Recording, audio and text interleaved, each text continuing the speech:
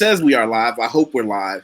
And I just want to start out by saying I hope everybody read the title because Brother Daniel just said, hey, I wonder why you titled this World War One. And I'm like, what do you mean? It's Word War One. It's called clever wordplay. Clever wordplay. That's how I get down. Yeah. So let's do this first. Suzette, say hello. Tell them who you are. Hello, my name is Suzette. I am a owner of a small business called Ethereum, and Called what? Ethereum. Okay, spell that for us so I can show everybody. Sure. AFIMIDYS. NITYS? Yep. A as in apple, F as in Frank, I as in ice cream, M as in Mary, I as in ice cream, D as in dog, YS. All right. Because that's weird. I can't find you on Google. Oh, I know. If you look for me on Instagram, you'll pretty much see why. It is pretty tied down. Okay. Let me back up for a second because I get confused over who owns what business sometimes. And for the people watching, I'm proud to say that I have so many friends that are business owners and people who go out there and just make their hustle work for them no matter how. And exactly. I'm sorry, they must have kicked you off Instagram. AFIMITYS, correct? No, D as in dog. Ethereum. Is that the name you told me before? Uh-huh. It's always been that name. And it's still there. Trust me. Okay. Well, let's do that. Here's what we're going to do. Because now I remember, I wanted to make sure. What I'm going to do is this, okay? I want everybody to watch the screen because we're going to have to play a little game here. And hello, Rainy. Thank you for showing up and supporting the team. She's always there. And happy Sunday, Jeff. So here's what we're going to do, okay? Here's what we're going to do. I'm going to show you, let's see, this. And this is what I want everyone to go look at, okay? Now, the reason I'm not showing you her website the way I normally show everyone else's is that it's a very adult-oriented website. If you have children, that's not something you want to look at with kids around. Because one of the things that Suzette and I have been doing is we've been trying to figure out a way for us to talk online about what she does in a way that, while I have no problem verbalizing certain things, and I often talk about alternative lifestyles, what we don't want is something that's totally unapproachable. And also I have a lot of people here that have, my channel I found out is watched by people of all ages. I have cousins whose children watch for, hey, business ideas and things like that. So I have to balance my social liberalism with the reasonable expectation that I'm not going to destroy someone's childhood. So what I want everybody to do is to go to that website. I want you to go to that place on Instagram. And what I may have to do is have a private talk where you and I can do something that maybe we can hide later and just put out privately to people. Because I really want to get into this. Sounds like a plan. Is that a fair compromise? That is a fair compromise.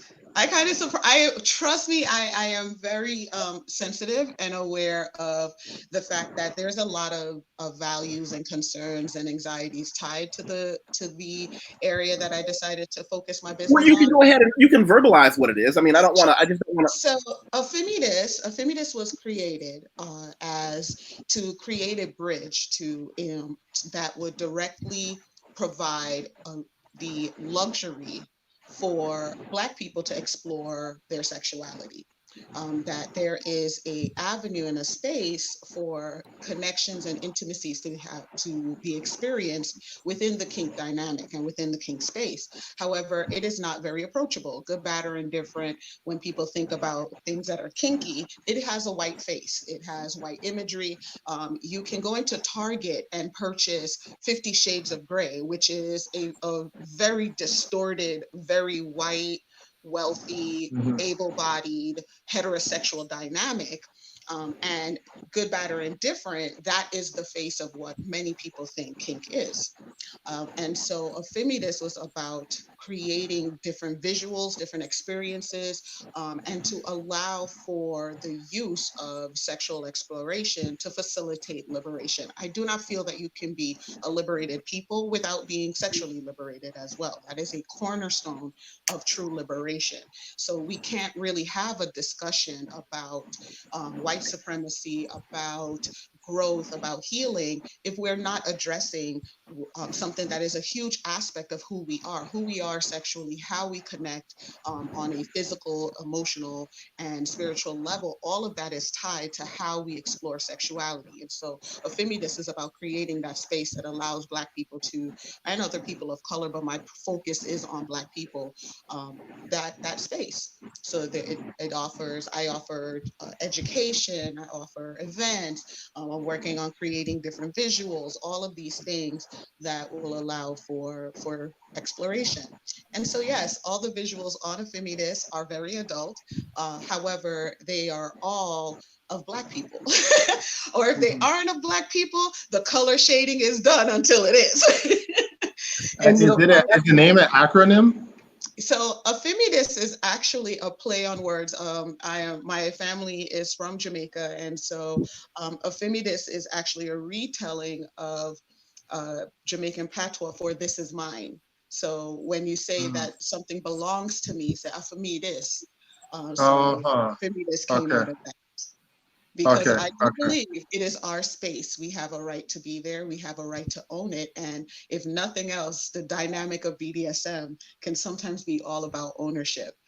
So that is where it comes from. And see, that's where you and I connected because of the BDSM kink thing. And I always tell people, listen, it's kind of like weightlifting for me. I did not approach it from a noble, I want to expand. It was a completely, for me, it's just this completely belligerently hedonistic exploration. I have no real, I'm trying to better anyone. It's just fun. And I think in the middle, we have to have that conversation. I think that you and I are going to have to set something up because I do think more people need to hear your voice.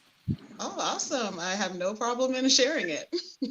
And for the long time watchers, long time, even the past month or so, everybody knows Daniel. Daniel is one of those things that he has hit like wildfire. I get so many messages about him. I hope you're getting these messages too because I send them to you. Daniel is one of those people who has really changed the dialogue for a lot of my friends. Daniel, Really? yes. Let me see if I can. Now, I want everybody to go and look at this. It's Meet Daniel, a Black American refugee living in Pakistan. That was just the first time he was with us. But he's been in a couple of discussions, and he brings a refreshing take on the concept of what is a world traveler, who is a world traveler, who has the right to be where, what are your rights. We don't really want to get back into that now. We're definitely going to have to do a follow-up. Yeah? Yeah, definitely. Yeah. I mean, I'm kind of in the middle of a couple things right now, and so I haven't been recording lately. But since you brought it up, I do plan to continue presenting on this issue of being an African American refugee. But I really did not know that many people had responded, so I'm glad to hear that. You know what I do want to tell you is I want you also, I'm going to show you something on the screen. I don't know whether or not you have access to these where you are, but check this out. These are, that is a cell phone ring light. You can put it on a computer too, because what a lot of people don't know is if you see what I'm saying, they're $5, I think. It's just a little circle light. I'll tell you why that's so funny. Yeah. Okay. He has one. Yeah. Look, I should get that. Yeah, I should get that. So here, and what I do is I just leave it plugged into the USB cord. I mean, you can charge it, but if it's on your computer, you can just leave it plugged in. And the difference is my face now, and then you see my face there. Yeah, you get an even light when it's like in front. Yeah. Yes. Definitely handy. Oh, read that, Suzette. Oh, it does. It is very interesting. So what I wanted to talk about today, why I even sent out a couple of messages to a couple of different people, is I call this Word War One, there are certain books that keep coming up when people ask me about success in business, weightlifting, women, love. There's a core set of books that I keep going back to over and over and over and over and over again that have given me a lot of success, and I wanted to share some of those books with people, but I also wanted to get your take on some of the things that got you where you are. You know, and I think you've got a client. Look at that. And what I'm looking at is I have two or three books in mind, but instead of me going first this time, Suze, I want you to go first because I have a book for you, but I want to hear what book you came to the table with. So what's interesting is because because of my intersectional experience, it was so hard to limit it to one. I just couldn't even do it. So, so they're actually like. Well, first off, you don't have. This is the internet. We got time. You can talk. Cool. Good to know. Okay, so I would say one book that I return to time and time again. It has been one that I have used. Especially in my work, because it does not exist without an understanding of the male experience, and creating safe spaces not only for Black women but also for Black men, because they have unique challenges to and what they bring to the sexual and to the intimate space is so different. And so in order for it to maintain the dynamics that allow for safe exploration, I had to feel like I had an understanding of the male journey as well as my own and other women's journey. And so there is a book by a man by the name of Robert Bly, B-L-Y, and it's called Iron John. And Iron John is such a great story. Because what Robert did was basically he took the study of myth and he took this fairy tale called Iron John, and he tied it to the developmental and relational evolution of men, and how the use of stories and myths were at one point a guidepost for men. When we talk about initiation ceremonies and coming into masculinity, that many of the old stories were all about those guideposts and helping men to know when they entered manhood based on these things that were very separate from women. I mean, women played a role, but the journey was very much a masculine one. And so the book definitely went, yes. Now is that it? That is it. And it is a great way to, one, increase your understanding of how important storytelling is and why the passing of stories culturally means something. Growing up in the Caribbean, we had our Anansi stories, we had stories of myth and legend, and I feel one of the more brutal things about slavery was the divorce of our people from our stories, from those narratives that allowed us to put our experiences in perspective. And so Iron John was a great way to start that dialogue, to have me start reading these things, and then also go and also have a place to understand how the journey of masculinity can be so different from the journey of femininity. What you just said was amazing, because what I keep finding, and as I rapidly approach maturity and I'm entering that curmudgeonly uncle stage of life, I keep getting more and more men, generally in their 20s, who are becoming bitter and angry when they find out all the things that they were taught, largely by single mothers, unfortunately, about manhood and masculinity, was in no way going to help them find a wife or girlfriend or a lover. Right. They didn't have those role models that talked about things in a way that there are certain things that men tell each other and teach each other that if you don't have that, you end up, and I tell people, if you end up having to come to me, if you're that far down the line, you need a lot of help, because I'm nobody's role model.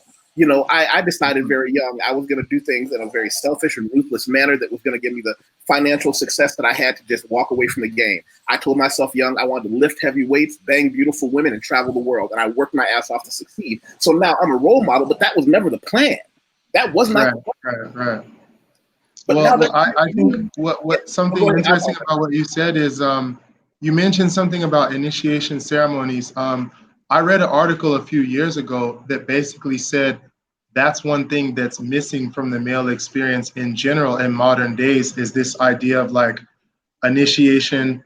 There's a body of knowledge that gets like transferred, and there's this kind of membership. Like you have to prove yourself and earn a place, and then you know what you are because you've proven it to yourself first and foremost. And that doesn't really happen. I mean, there are like competitions and there are these kind of things, but I think that's one reason maybe why people gravitate towards, let's say, fraternities in college is there's some kind of need to like cross over. You know what I mean? Like officially in an official way. Like I know I'm a man now because I learned what a man is and then I became that. Exactly. You know? That having that clear initiation and that guidepost, and even when we talk about femininity, for the longest while it was our connection to nature. When our cycle started, when we became married, when we had our first child. For women, a lot of our goals of our markers for adulthood are tied to our biology.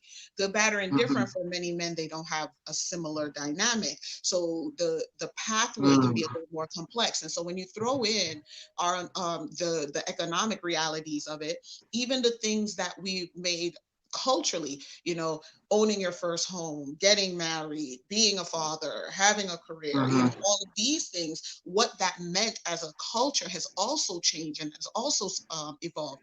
And for a large part of our history, Black men were actively kept from developing those things. And so, when we talk about, single moms, understand that they were also placed in this place where they're trying to figure this out themselves. They're trying to figure out what it means to be a mom, what it means to be a woman. Yeah. And then also, then they have these children and they still got to figure it out. They still got to make it happen.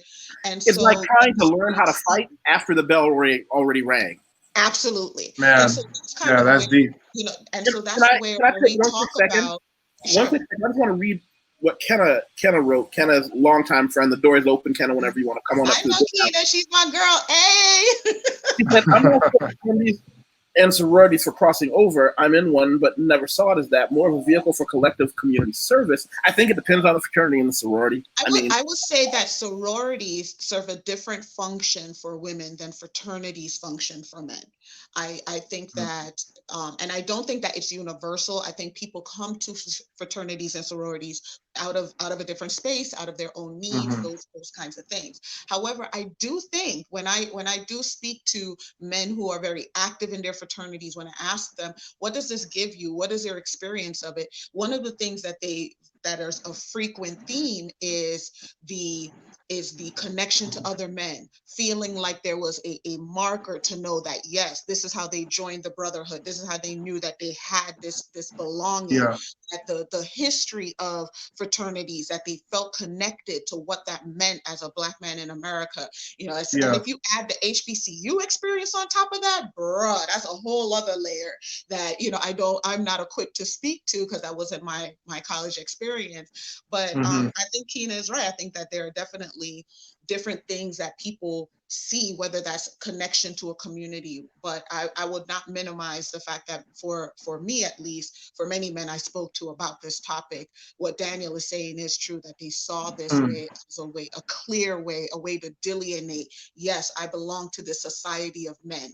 This is how I show in the world that I belong to masculinity. So, and I think that a lot of that, I also want to tell you that I keep seeing in situations where a lot of people that I know who associate themselves with, and I don't know, this is not going to get political, but everything's political, but it's like, I have friends that don't realize the value of not just saying, hey, here's a man's space, but also leaving a space for women. There are so many women that don't have a space that women can just feel safe doing whatever it is, shit that we have no business even knowing about. But I think that's important too.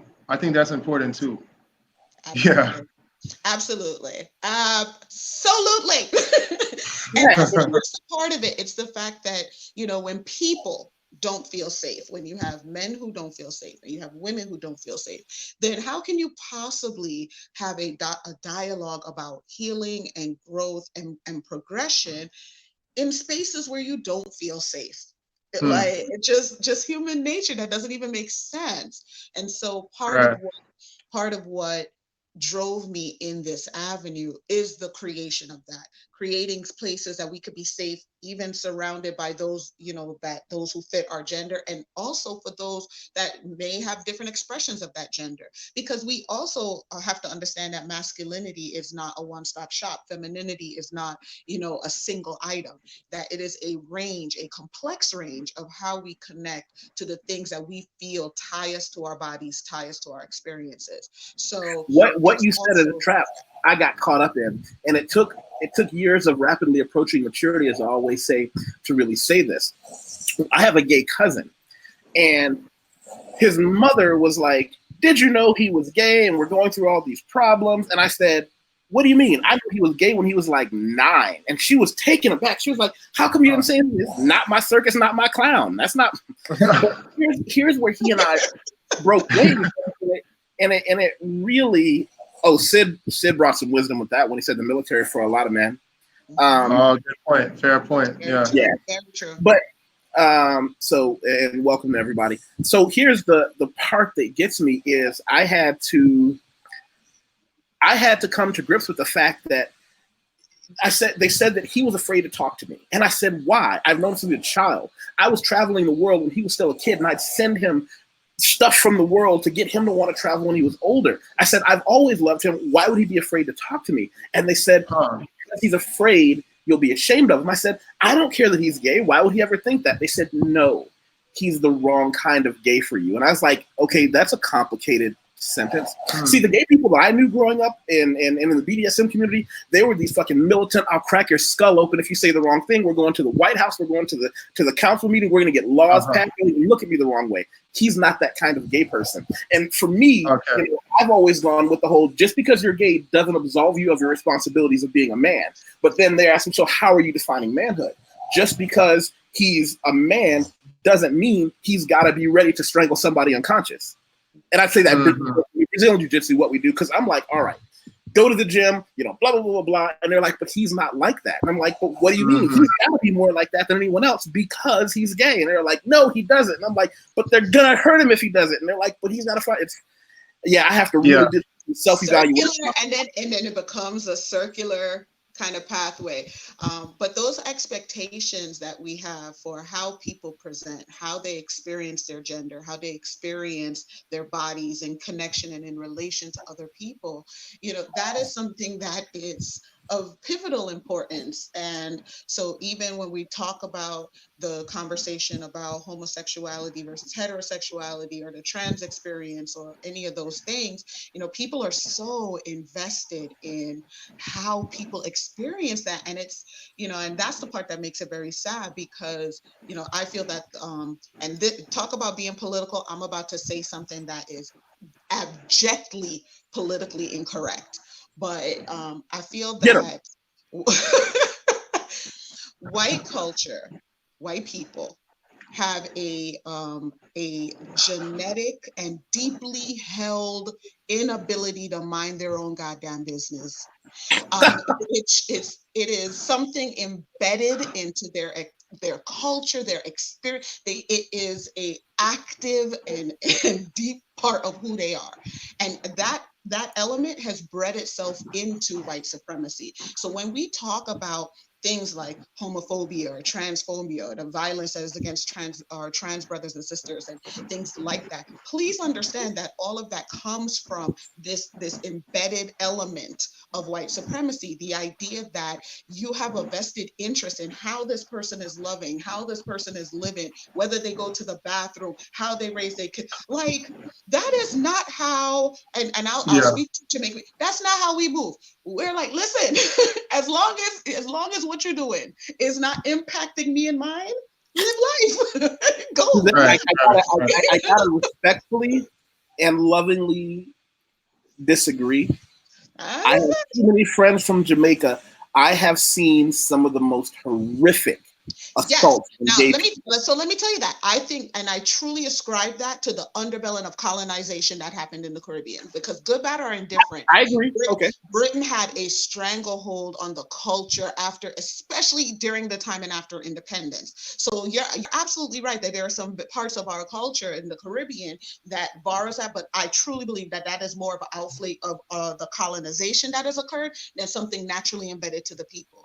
Because if you notice, once they leave home and they come up to the States, how often do you see Jamaican people join in these anti-trans rallies and posting stuff on like even when they express it through the dynamic of the white church that they have adopted or these things. And so I'm kind of like, these are the things where I feel that in order to be a liberated people, we can't go to the master's shop to buy the tools for our freedom. So looking at Yeah. and studying how people are living and being nosy and trying to constrict how people express their sexuality, their gender, all of these things, I feel are a hallmaker of oppression and white supremacy. So everything that we do to liberate ourselves from those concepts, every time that we say, you know what, let us create a safe space, so that those who share our melanin can live and exist and love the way that they feel and receive love in return. Every time we do that, we take away an element of power. We take away a stick that leads to the building of white supremacy. And that I is want what, to.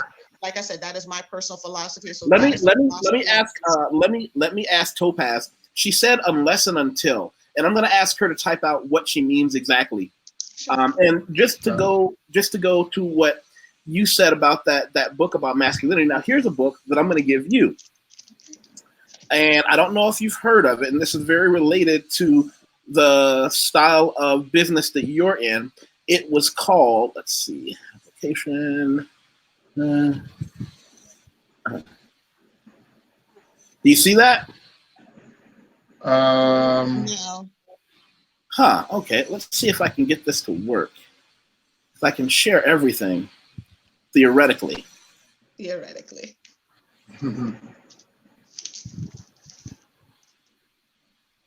Make sure you click share. I Huh. did. It says application. Well, while we're waiting, it's interesting how you said that part of this homophobia in Jamaica is rooted in colonialism. People may not know a lot of the former English colonies still have colonial era laws on their books. They never actually changed them. I mean, even in England, there's laws from like the 1300s and stuff that are not enforced, but they're on the books technically. So some of the attitudes and even the laws surrounding things are not indigenous to the people at all. For example, I live in Pakistan. Last year, there were these huge protests because 10 years ago, allegedly some woman had committed blasphemy. Now, as it turns out, it was not Islamic law, but rather British colonial law that was calling for the death penalty. So they're saying, well, by our law, this is a death penalty case. It was a British era colonial law, probably something to do with keeping the different religions from offending each other or something like that. But these people are marching and screaming and burning tires in the name of Islam, but it was really a British law that they were trying to enforce. And then even these British attitudes towards dealing with things that people do that are not only outdated, but they're foreign.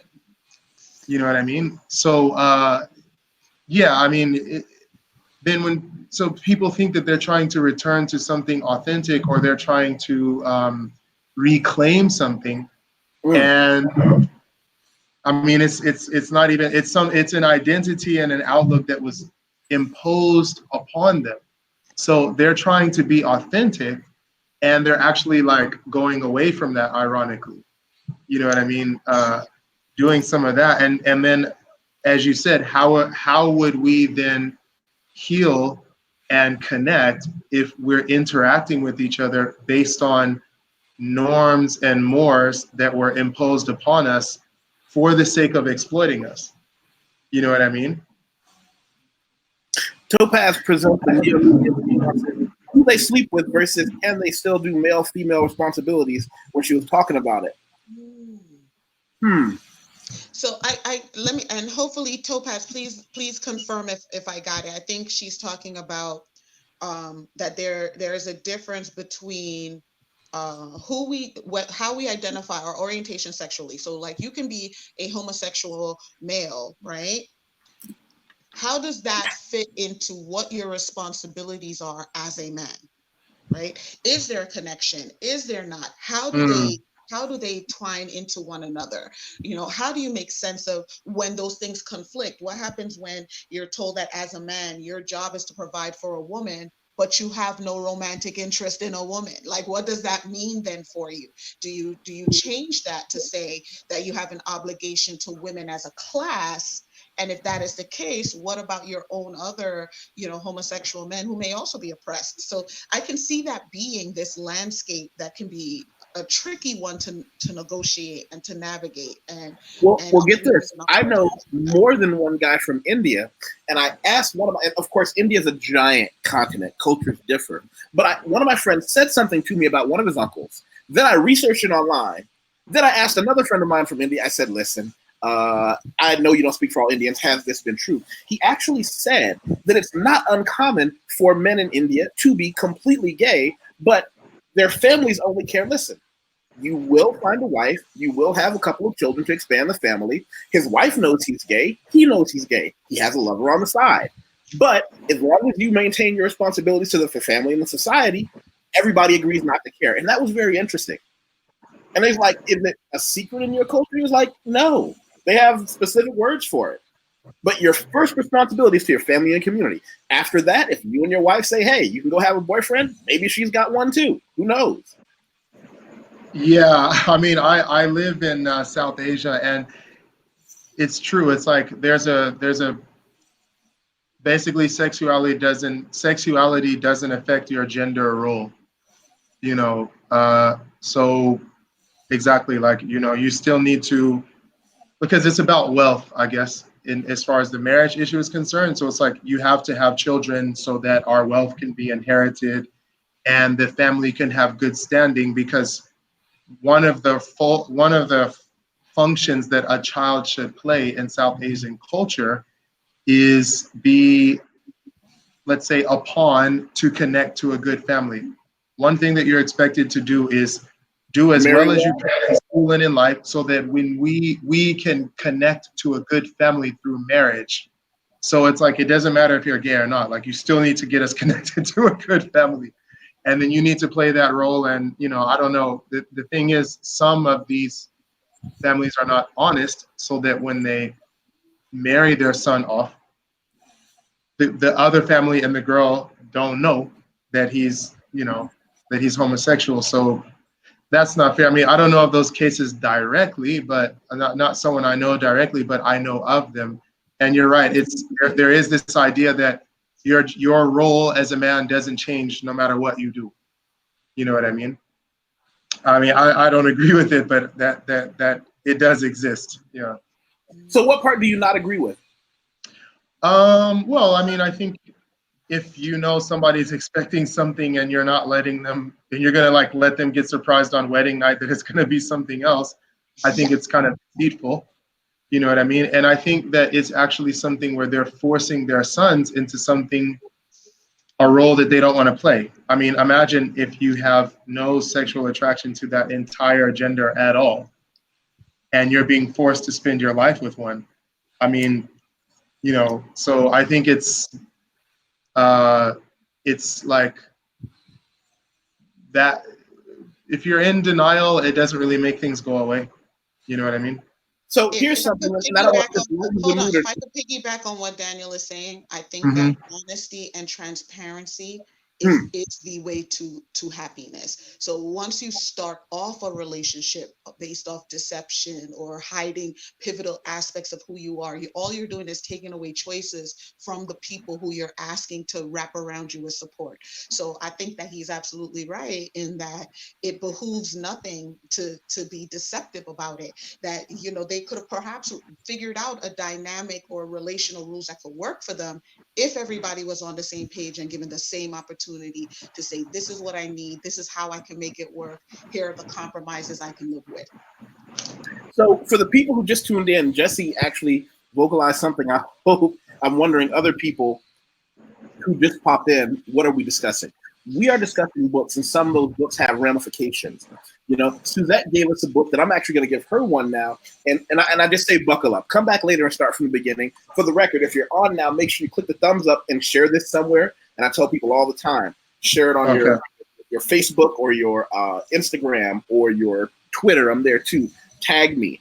I don't make any money off this. I'm an editor, writer, copy editor, proofreader. I do things having to do with the English language. If you don't need my services, that's great. But if you do, this is how I earn. Because I'm not going to try to make money with videos and chats, because I think that will change the nature and tone of what I do.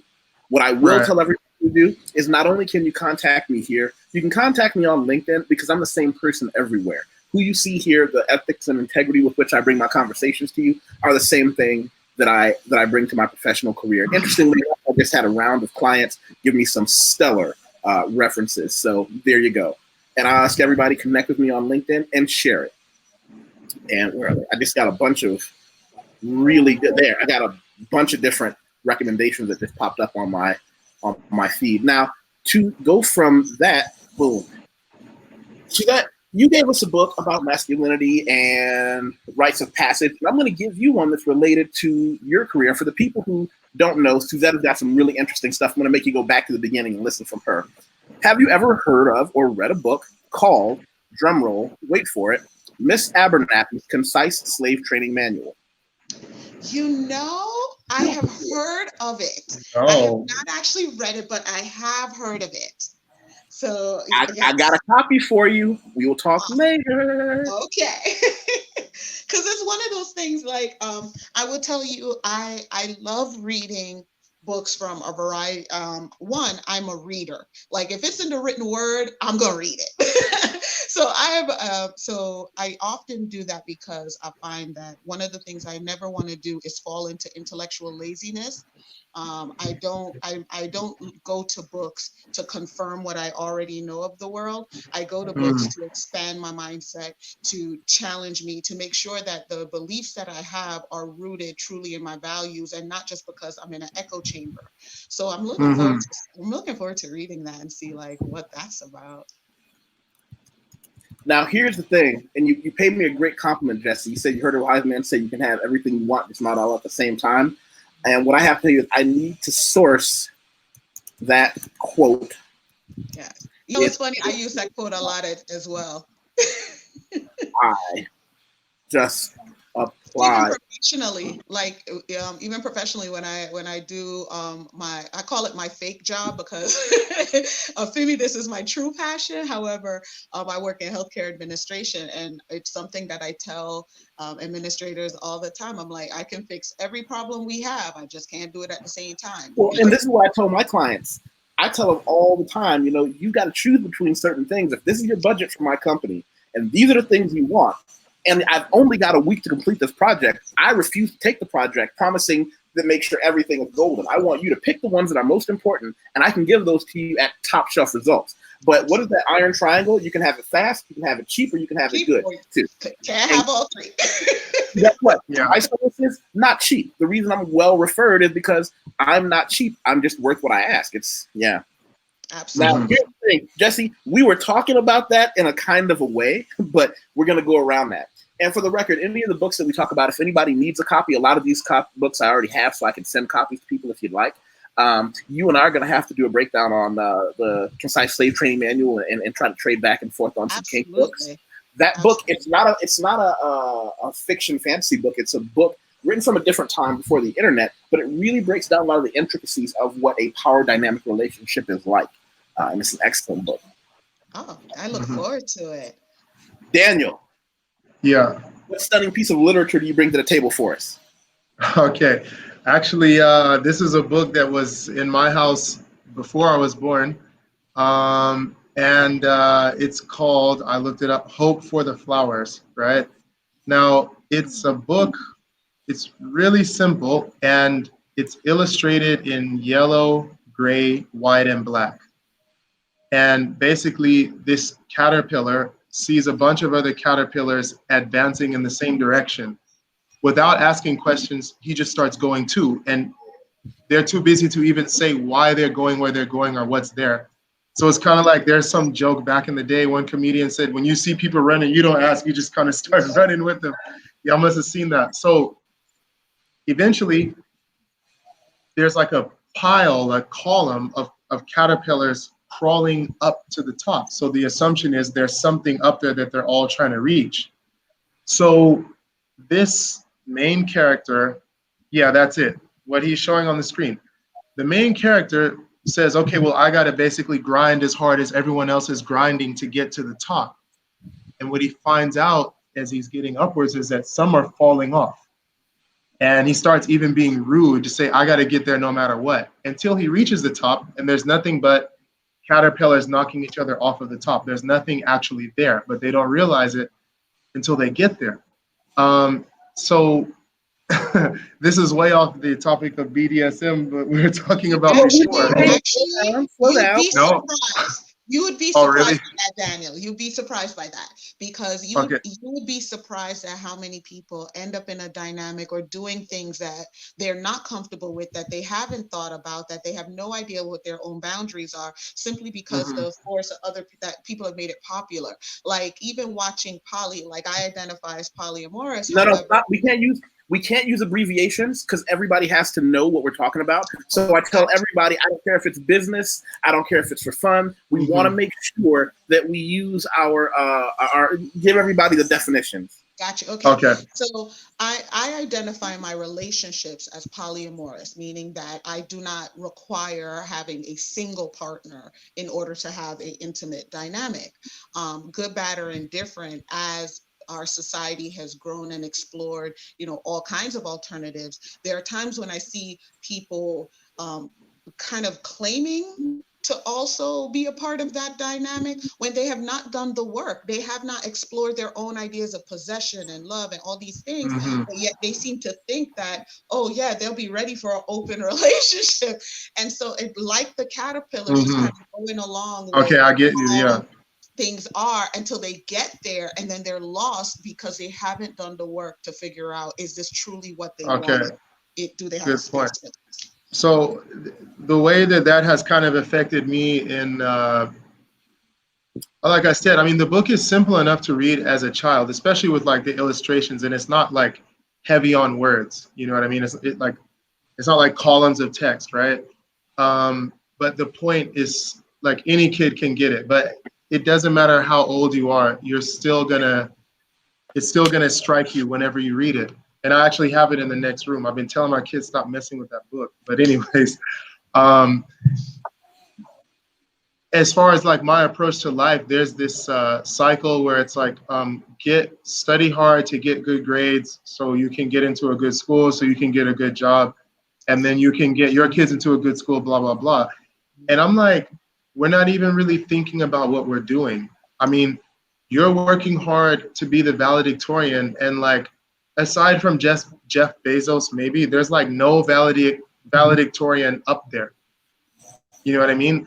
Valedictorians are working for people who are like much further down the rung as far as like their class placement most of the time. And so for me, I've always had this idea of like, I'm just not gonna follow. I've never really been a joiner.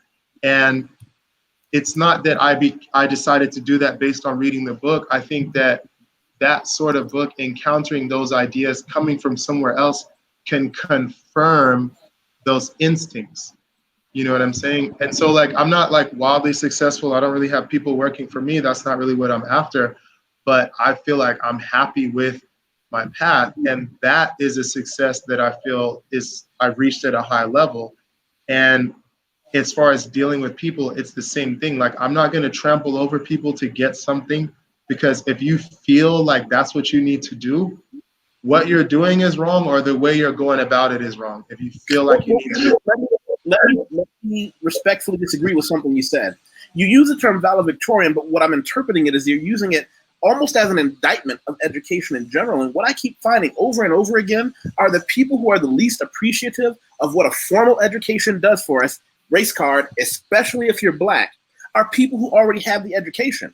You and I are world-traveling black men who can decide in any given morning Right. what we want to have a family, what we want to do. But we have university education. So to say it's not important, that's disingenuous. Well, no. I'm not. I wasn't. That was not the impression that I got from what Daniel was saying. What I got from him was the fact that there are people who feel like the only value to their education is if they are a valedictorian, that they pursue their education and forget along the way that there are multiple skills and multiple things that your formal education is supposed to give you to allow you to negotiate these spaces when you leave. But people who go through it become so focused on chasing that status. Okay, I need to be a valedictorian, that they lose some of the appreciation of the other skill sets that you're also supposed to develop in that same time.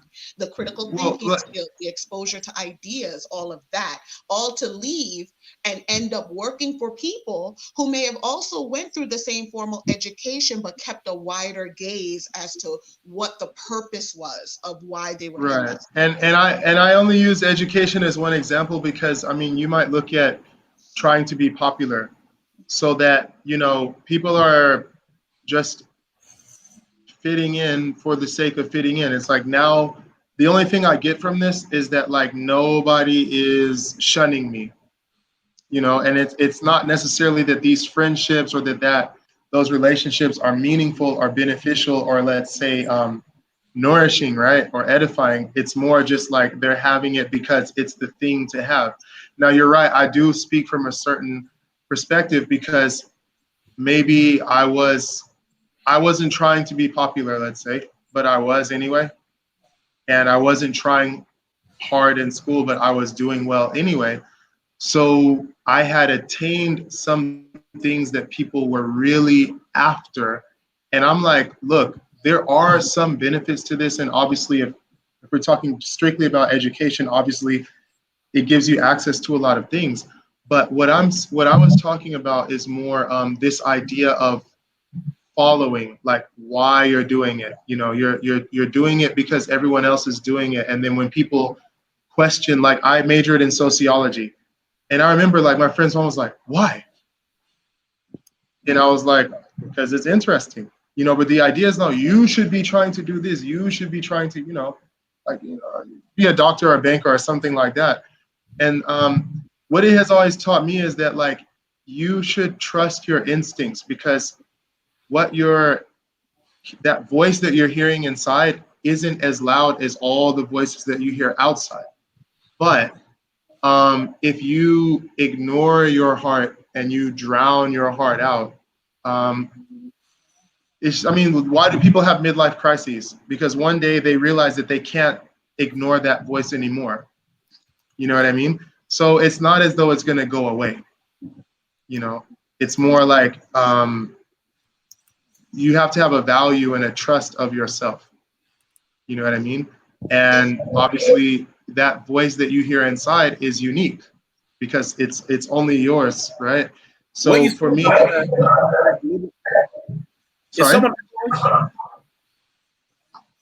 What did he say? I think something's up with your mic. Mine? Oh, no, not yours. Wait, you said there's a. You said, yeah. Yeah. Yeah. What you just said wasn't clear. Yeah. Okay. Much better. Now it's clear. You said about the midlife crisis thing. Are you going through one? Is that what this mustache is all about? Nah, the mustache is just. You leave his handlebars alone, Daniel. You leave it alone. You know, I mean, I'm just jealous. Now, if you want to throw stones, I'm not the one that was complaining before the show started about how I couldn't grow facial hair. Don't hate me. No, I get it. It's all here. This is the style. This is the French beard. It's a beard. You know I am.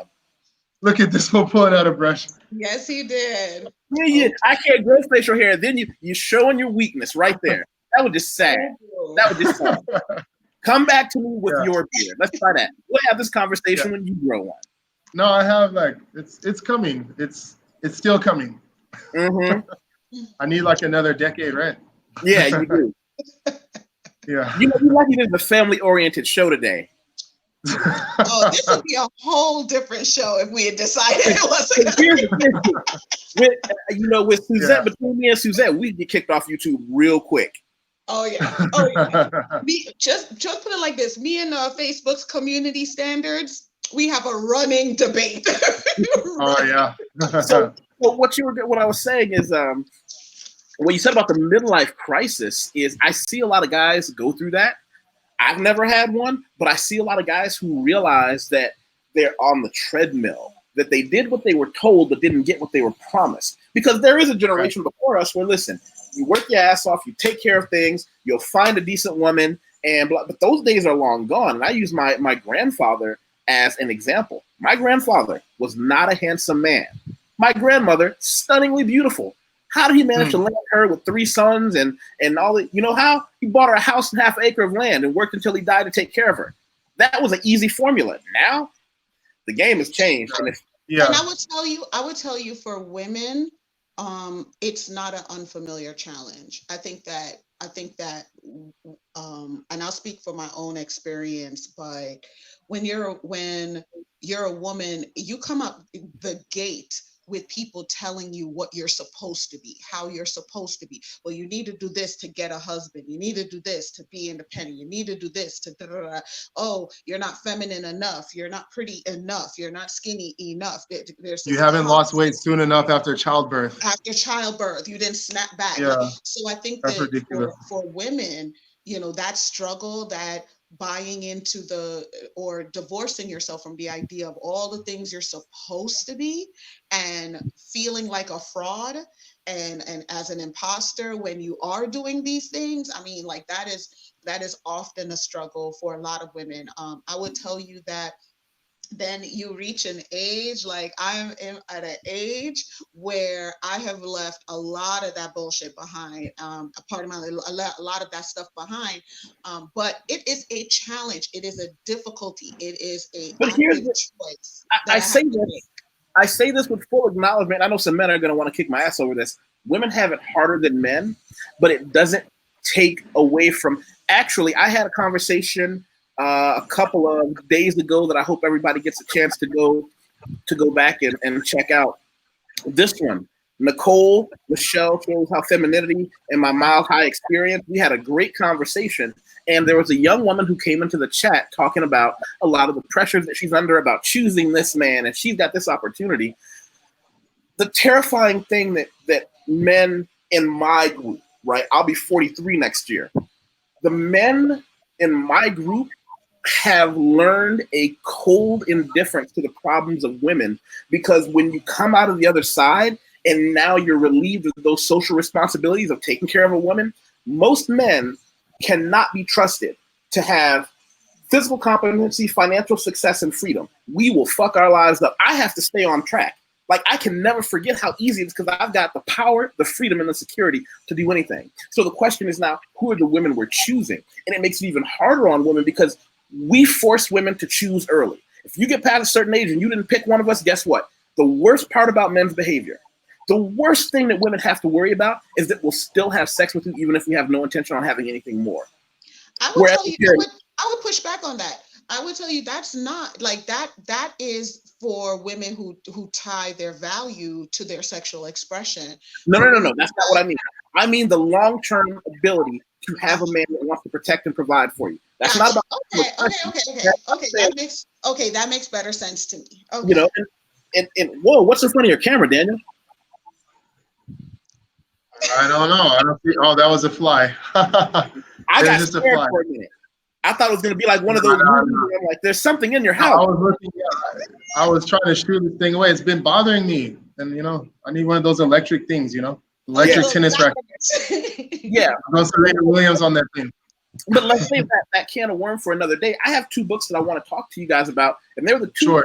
I have I have a core group of books that have been on the desk of every successful man that I've ever done business with. And when I was a young businessman, my mentor put on my desk and said, now, I can't make you read these, but I'd appreciate it if you read one of these every month. Okay. There are a couple of books that I find are consistently in the realm of successful men, and we talk about it all the time. One of those books is the first one. When people ask me about how do I achieve this goal in life, be it financial, physical, women, I always start with the same book, and they're always surprised. It's not a book about war and death. It's Dale Carnegie, How to Win Friends and Influence People. Influence people, yes. Now, I wrote an article about it too a while back, and where is it? Sub Rosa Negrum. I hope everybody gets a chance to go check that one out. But here's the thing about how to win friends and influence people. I'm going to read you a quote from Dale Carnegie. He says, remember, we all crave appreciation and recognition and will do almost anything to get it. But nobody wants insincerity. Nobody wants flattery. Let me repeat, the principles taught in this book will work only when they come from the heart. I am not advocating a bag of tricks. I'm talking about a new way of life. And when I added this book to my game, and I was responsible for reading a chapter and then having a conversation with him about a chapter, and some of the young men who come to me and hire me as a mentor will know this is one of the first books we're going to talk about, and we're going to talk about it chapter by chapter.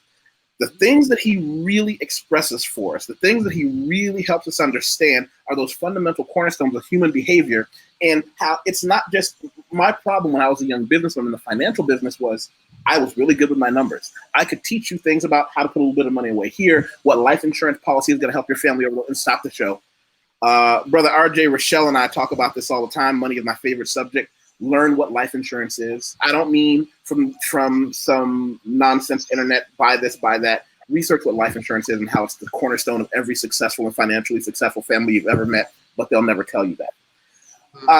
When I would talk about those things with people, he taught me how to bring that humanizing touch. He was the person that taught me through this book. One of my favorite things that I do consistently everywhere I go, I ask everyone what their name is. If there is a woman on roller skates who brought me my salad at the drive-in, hey, I'm sorry, what was your name again? Susie. Hey, Susie, thank you for the fries and the salad. It's contradictory, but I'm going to eat them both. You know, that guy who changes my tire, I'm sorry, I didn't catch your name. Bobby, cool, I appreciate your help. I know you're getting paid for it, but tiny things like that, my goodness. It's not tiny. Your name is who you are. Your name is who you build your identity around. That is why when you ask a woman to give up her name in marriage, that I feel like a lot of men do not understand what exactly they are asking for. But your name means something. It is a reflection of your presence in this world. And so, yes, the fact that you acknowledge that, because I am also a huge Dale Carnegie fan. And it is about recognizing the humanity of people around you, that instead of looking for what people do for you, to say, who are you and how is it that we can make a difference in each other's space, and just approaching with that changes so much of how you experience people, so much of how you connect with people, and bring so much happiness to your own life. I think that one of the things about that book that was so pivotal to me was in how much it allowed me to step outside my own anxiety and step outside my own experience, to recognize the impact that you can have on other people just by focusing on them and on how you connect to them and what you use as tools in that business space. And it's so funny because it's one of the few books that I feel like so many people who are in real significant positions of power in a lot of organizations have not read, and you can see it in their leadership. You can see it in how their organization functions. And so whenever, you're talking about toxic and work environments, inevitably what I see is a lack of exposure to ideas that are in that book. So I'm like, that was a good recommendation. I could co-sign on that one. I had an awkward I'm sorry. situation. One more thing. I'm so sorry. Go ahead, no, go ahead. For the women who are watching this show, please read that book, because there one of the great things about it is, you know, especially when we talk about sexual harassment and we talk about limited opportunities for women, it gives you a way to make connections and to negotiate the workspace in a way that may avoid some of those pitfalls. Because as women, finding sponsors who can not only mentor us, but also sponsor us for opportunities and open doors for us, comes from being able to influence and to connect in ways that still maintain, you know, professionalism and safety. And so this is a book that can at least start you on finding those tools. Damn it. Now I hate this. I hope we're still friends after this part. Famous last words. I know, right? Well, first, Topaz, I'm going to show you the book. The book is How to Win Friends and Influence People. If you need a copy, email me and I'll send you a copy. If anybody wants a copy of the book, I'll send them a copy. So here we go. What you said about women learning to navigate the workplace for mentors and understanding how that workplace dynamic works. Sponsors, not mentors. Sponsors. I absolutely agree with everything you just said. However, I will say to any man watching this, avoid sponsoring or mentoring a woman professionally under every circumstance. The risk isn't worth it. The year 2020 means if you don't take extraordinary precautions professionally to stay away from any situation that can even have the appearance of impropriety, it will never have been worth it. I say that openly. Well, you can disagree, but at the same time, you're a woman. I hear that, and I will tell you what makes. Let me finish. Let me finish. The problem that we as men will always have is that the only thing we will ever have that matters is our name. And once you get dirt on it, once someone is even accused of putting dirt on it, you have to bury them because you can never let that pass. It leads to the second book. I'm actually going to give you guys. I'm actually going to tell you guys a couple of stories about it. But the end of the day is, if you are a man, in every professional encounter you have with a woman, the door should be open. There should be another manager there, preferably. I don't care who you are. I don't care how mad you want to be that I'm telling you this. If anything comes up that you can't have a video showing that it didn't happen that way, it can cost you everything you've built. There is nothing worth it. And to hell with all your social, all your social inadequacies and how I shouldn't say that. That's the reality. That actually won. If a hallmark of our friendship should be, you should never assume what I'm going to say. Number two, I do not dispute that there are dangers in it. What I'm saying is that same rationale, that same fear, that same inability to change approach and to acknowledge that there are differences and there are certain sensitivities that need to be put in place are the same things that led to being a barrier to Black people being in the workplace. So I'm not saying that every circumstance and every person is a good sponsor. That defeats the whole purpose of this conversation.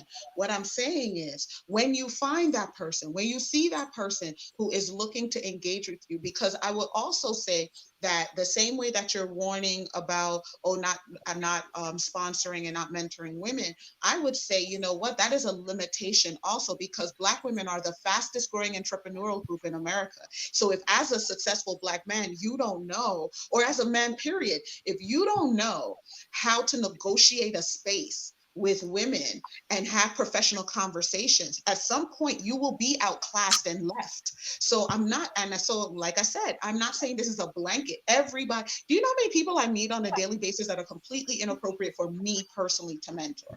So part of that is about recognizing my limitations in what I can offer them and how I can speak to them.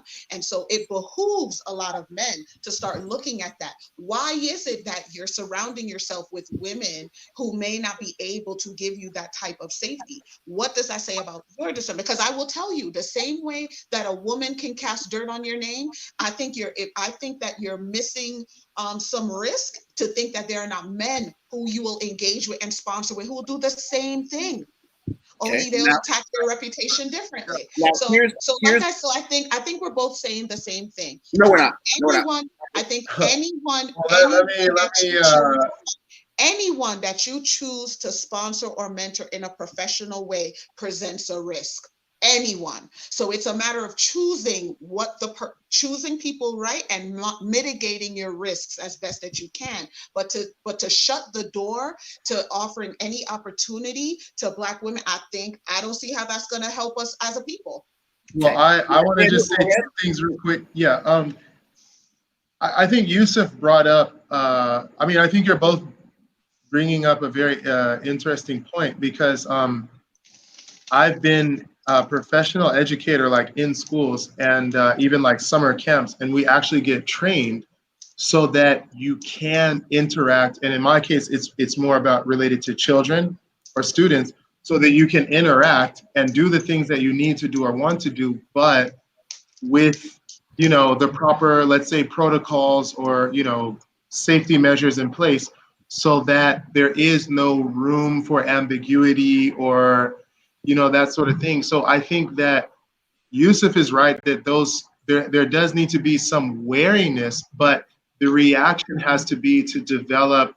If it's going to be in the workplace, your work may have protocols, or you may just say, look, I develop my own system. Like, I keep the door open. There's always someone else there, whatever it may be.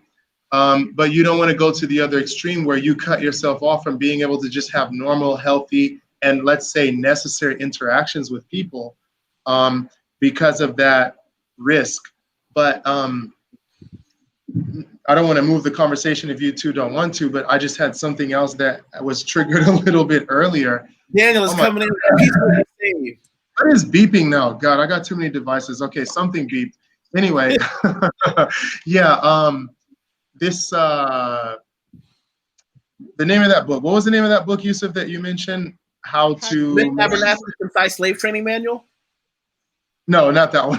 How to win friends and influence people. Yeah, I'm telling you, my mother is one of those people who I have seen that basically you could have just written the book by spending a few weeks with her. You know, like, she naturally and instinctively, and she also thinks about what she does because she was in real estate for quite some time. She has that effect on people where she has this sincere aura, but where everyone feels like they're special. So, I mean, I've seen people who haven't seen my mother for years just bump into her and just break down into tears that they, like, she meant so much to them. I've met people that said, your mother is so-and-so, I love your mom. And just like the whole thing stopped, like the woman's jaw dropped and she was just like, I love your mom so much. So some people have it and some people just have to train for it, you know. But I mean, I had a free training in this book, like, because sometimes my mom would tell us, okay, you guys, do you want to go to school today or do you want to go with me? Like, we're going to go to an open house and I have this or I have that. Or she was president of like Women's Council of Realtors. So we went to, you know, she's like, do you want to come to the meeting? And I'm like, yeah, cheese, Danishes. Yeah, for sure. Right. So, so, I mean, I've seen people do that and then I've read books about it and I keep going back to my mom. I mean, my dad is no slouch, but my mom's on a different level and saying like, mom, you know, like everyone's writing about stuff like that's just what you do. Like, that's what you were always telling us, you know what I mean, growing up. So yeah, I mean, it works. I just want to tell everyone that these techniques and these little things that you do of finding something in yourself where you really sincerely want to reach out to and make a difference with people and, I don't know, bring out the best in people while bringing out the best in yourself. I mean, it really does work because I've seen it in action. I mean, I've seen the magic happen, you know what I mean? And I mean, I'm at war internally because on one hand, I'm a people person, but on the other hand, like, I'm a recluse. So it's like, you know, I really care about people, but like, I don't want nobody around me either. You know what I mean? I care about you. It's called the introvert struggle, fellow introvert. I understand. Okay, yeah, I guess that's what it is. You know, it's like I would love to get to know you, but like I really just want to read a book right now. You know what I mean? It's like, yeah. So you know, so sometimes I'm on an airplane and I become like someone's best friend in a few hours, and other times I'm like, don't talk to me, please. I just want to read this book. You know what I mean? Or like, yeah. So you know, I don't know, like I'm not as good at it as my mom was, and I'm trying to like force myself to like not, you know, pull back because that's something I got to do. You know what I'm saying? Like there really are like some business moves that I need to make. You know what I mean? And it's like I need to get over that, like, because I could be happy. Like, look, if I never actually finish one of my own books, I'd be just as happy reading other people's books. I'm like, no, like you need to finish your own book. You know what I mean? So, yeah, I'm gonna, Yusef, you can send me a copy, man. Like, I need to apply myself. You know what I mean? Yeah, it's a great resource. It's a great resource for that. Mm-hmm. And I One found of that the it helped even with my introversion because, you know, it helped me understand that it wasn't necessarily people, it was the shallow interactions. And so, you know, I don't like small talk. I don't like, you know, the waste. I don't like people enough to just want to have these petty conversations. So I make it deeper. You know, and you know, sometimes that means that I'll get the accusation, oh, it's not that deep, you think too much. And I'm like, well, if coming into my circle, you need to be a thinker because Yeah. I'm going to do that. So this book, I think it'll help with that because then it Okay. becomes a true, authentic interest in people and not this, oh, well, what do you do? What do you driving? So that helps a lot. So is it my turn to suggest a book now? Because Yusef got two. Are you gonna do it in order? Yeah, but yo, look, I got to do some stuff early morning because I'm about to travel and I'm trying to make sure I'm gonna kind of travel alone and then I'm gonna bring my family later. So I got some stuff that I gotta get done tomorrow, and it's already 1 a.m. here. So can I excuse myself? Daniel, thank you for taking the time. Yeah. Sorry, Yusef. I always do this to you, man. I always do this to you. We're on different parts of the planet. I'm really sorry, man. Take care of, man. Yeah. Family first. The door is always open, but here's what you can do. Buy one of those little ring lights. You have a YouTube page. Give us those chunks of your life that make you so. I know so much more about how interesting you are. Show these other people. Okay, all right. I'll try, man. I'll try. All right. Thanks for calling me once again. Thanks for giving me one more chance, man. Yeah. Bye-bye. Yeah, y'all have fun. Y'all have fun. It's been great meeting you, Lizette. Where's your name? Goodness, I'm bad at names. No worries. My name is Suzette. Suzette. Very sorry. Suzette. It was a pleasure. Don't worry. Suzette, you won't forget again. Okay. Nice to meet you. All right. All right. Let me figure out how to hang up here. Don't worry. Oh, our median ground moderator is gone, Yusef. I don't know what we could do. Nah. I don't know how we going. But I'm sure we can handle it. You know, what I was going to say to you is I enjoy having disagreements with friends. I don't argue with people that I don't know or that I don't trust because things can get out of hand. I know me well enough to know it's not a good idea because if I go in on somebody, it could really escalate. So I only argue with people I actually like. You know? I would love to say the same, but no, I don't take the bait. However, I do I don't engage with many people because I feel that I don't argue for the sake of arguing. Like it's one thing to have a discussion, a dialogue, to question viewpoints and things like that, but to fight just to fight, that's not. I don't see the value in that. Well, I'll go back to How to Win Friends and Influence People. I'll give everybody two more things that book gave me, and then it'll be your turn with the book again. But the two big ones is I've always had a big social network, and I always put together these parties and group events and all kinds of stuff.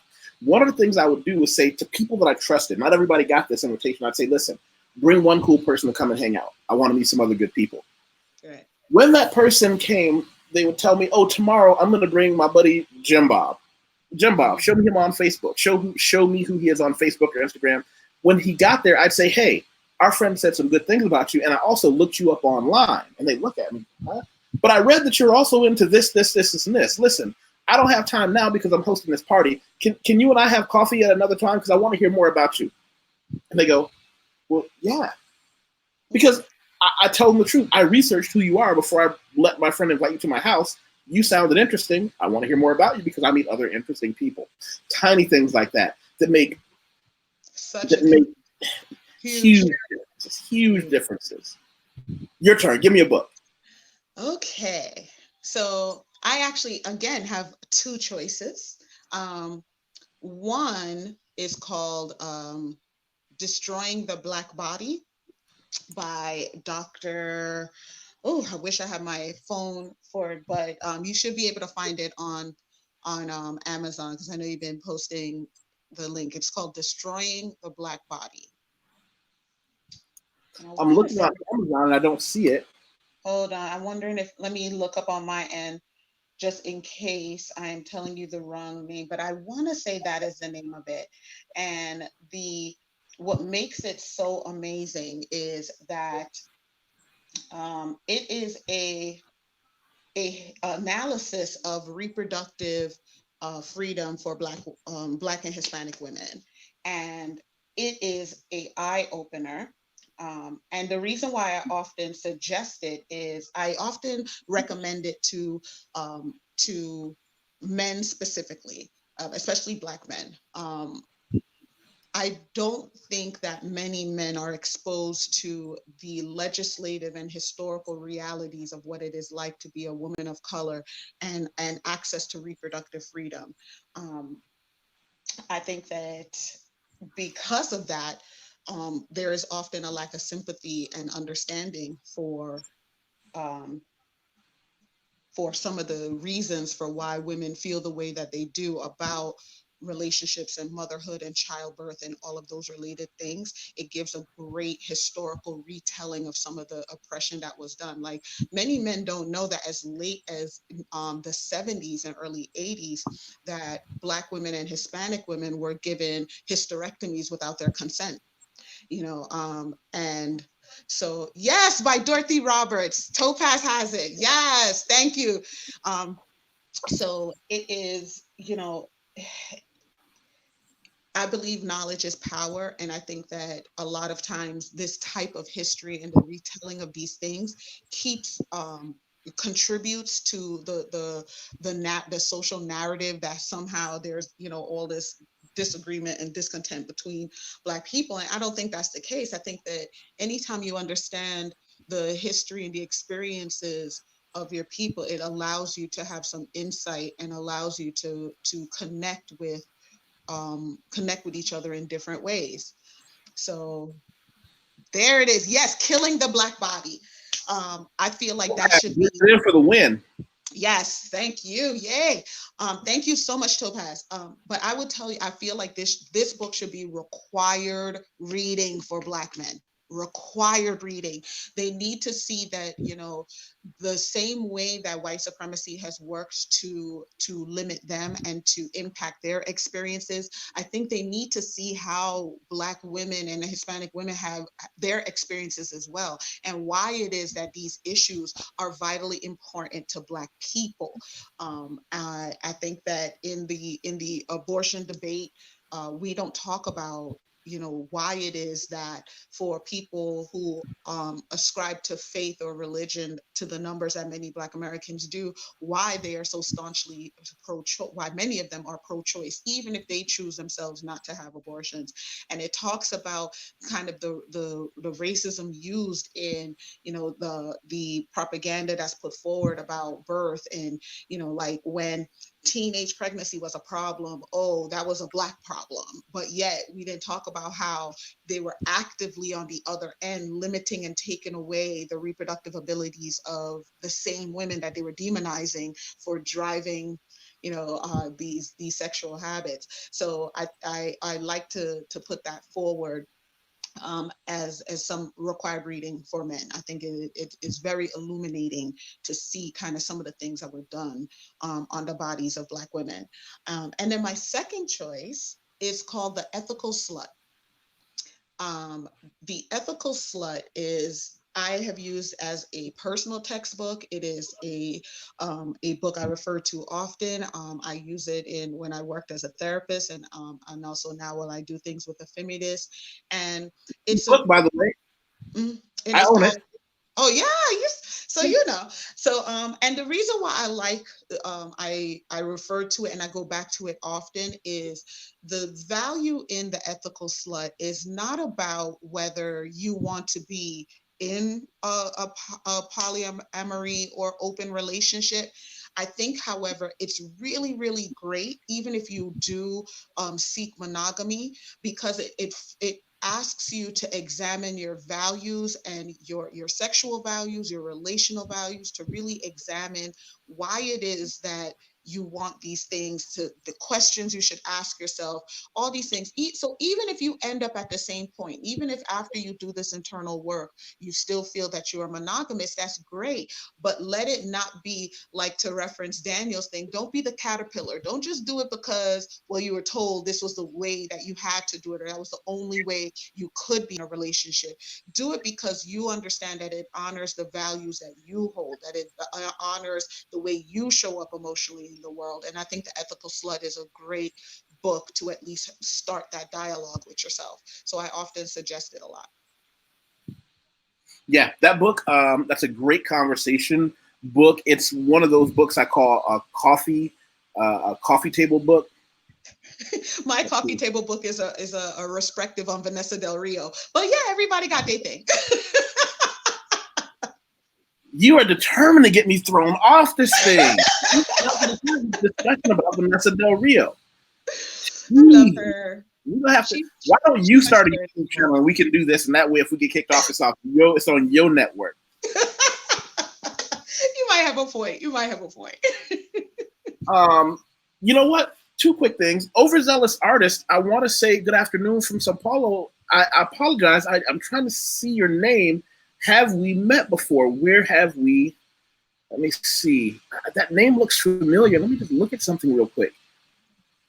And thanks for joining us, by the way. I appreciate everybody that pops by. And for the people who are watching right now, I hope that you share this somewhere. I hope that you put this on your Facebook or your Instagram or something, or something to share this so that we can all meet other cool, fun new people. That's what I like to do. Let me go back and say, do you have your own YouTube channel? No, I do not. So part of this move, I recently moved to Anaheim, and goal number one, especially for the remaining quarters of this year and the first quarter of next year, is all about content. Part of it is planning out what it is, what are the messages that I want to put forward, what things I think need to be made available so that the dialogue can start, and can also funnel into some of the other goals I have for Feminist. So I don't have one yet, but I won't rule it out. So let me see. Oh, Keela. Okay. I like when you look so happy that you figured it out. Like, here's the thing. I only have one name. That makes my life easy. I understand people use different names because some people have different reasons.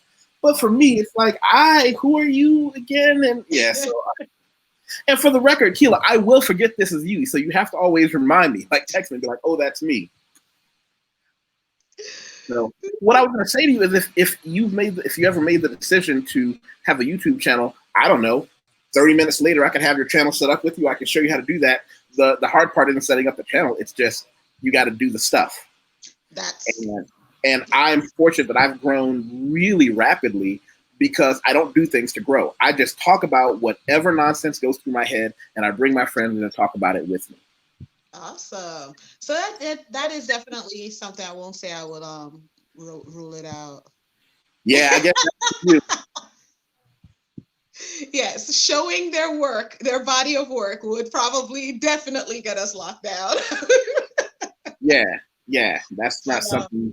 Yeah. But Vanessa is one of my sheroes. She's right up there with Shirley Chisholm and some other, and Madam C.J. Walker, and and Nanny the Liberator.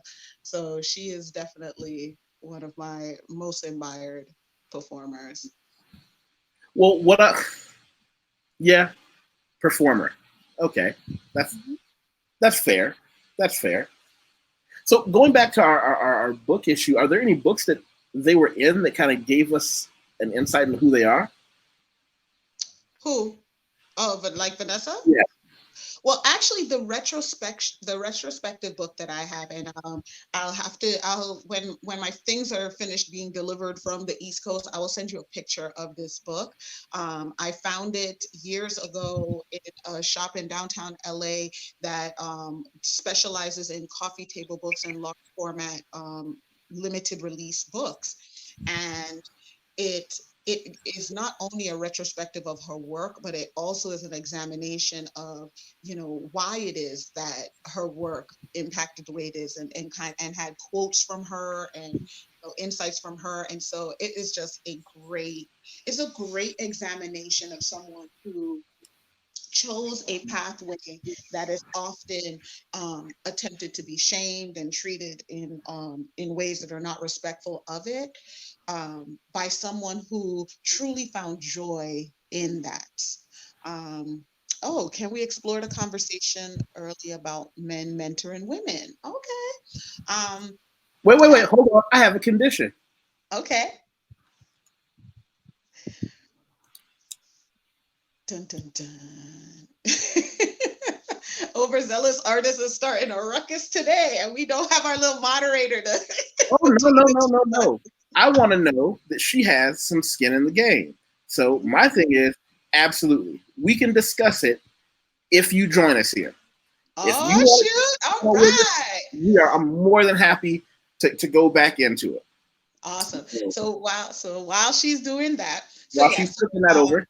So for Vanessa, the fact that, and one of her quotes was, she didn't go into that line of work for money or for fame or, to get back at her parents or something like that. She chose it because she loved doing it. She loved the opportunity to experience different things and to do it in different places with different people, and that type of joy and that true desire comes through in her work. And and so it said something, and it connected to me and gave me this place of understanding that you could be a brown girl with thick lips and wild hair and still be sexy. You didn't have to be a size 2, and you could still find sexual joy and still be seen as a sexually attractive object in a way that seemed fun and not degrading, not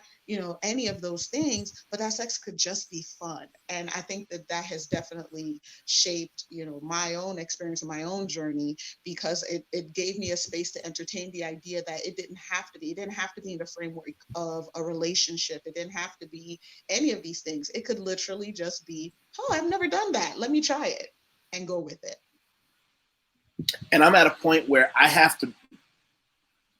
the path I took to discover those things were so debauched that we can't discuss it here. Like I can't even go to the first page. Oh, that's a shame. Debauchery is one of my favorite topics, but okay. Yeah, so that's what we'll do.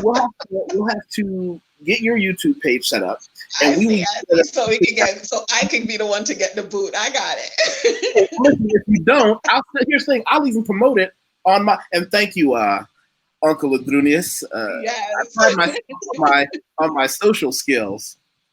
I saw that. Very smooth, yes. Yeah, I want everybody to have some skin in the game, because there's nothing I won't discuss if you're open to discussing it. Absolutely.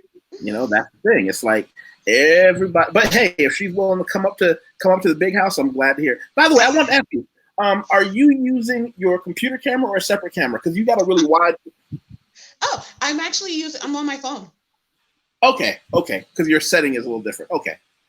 Because on my computer, I run a MacBook Pro, and just to give you a different, like you can. Okay.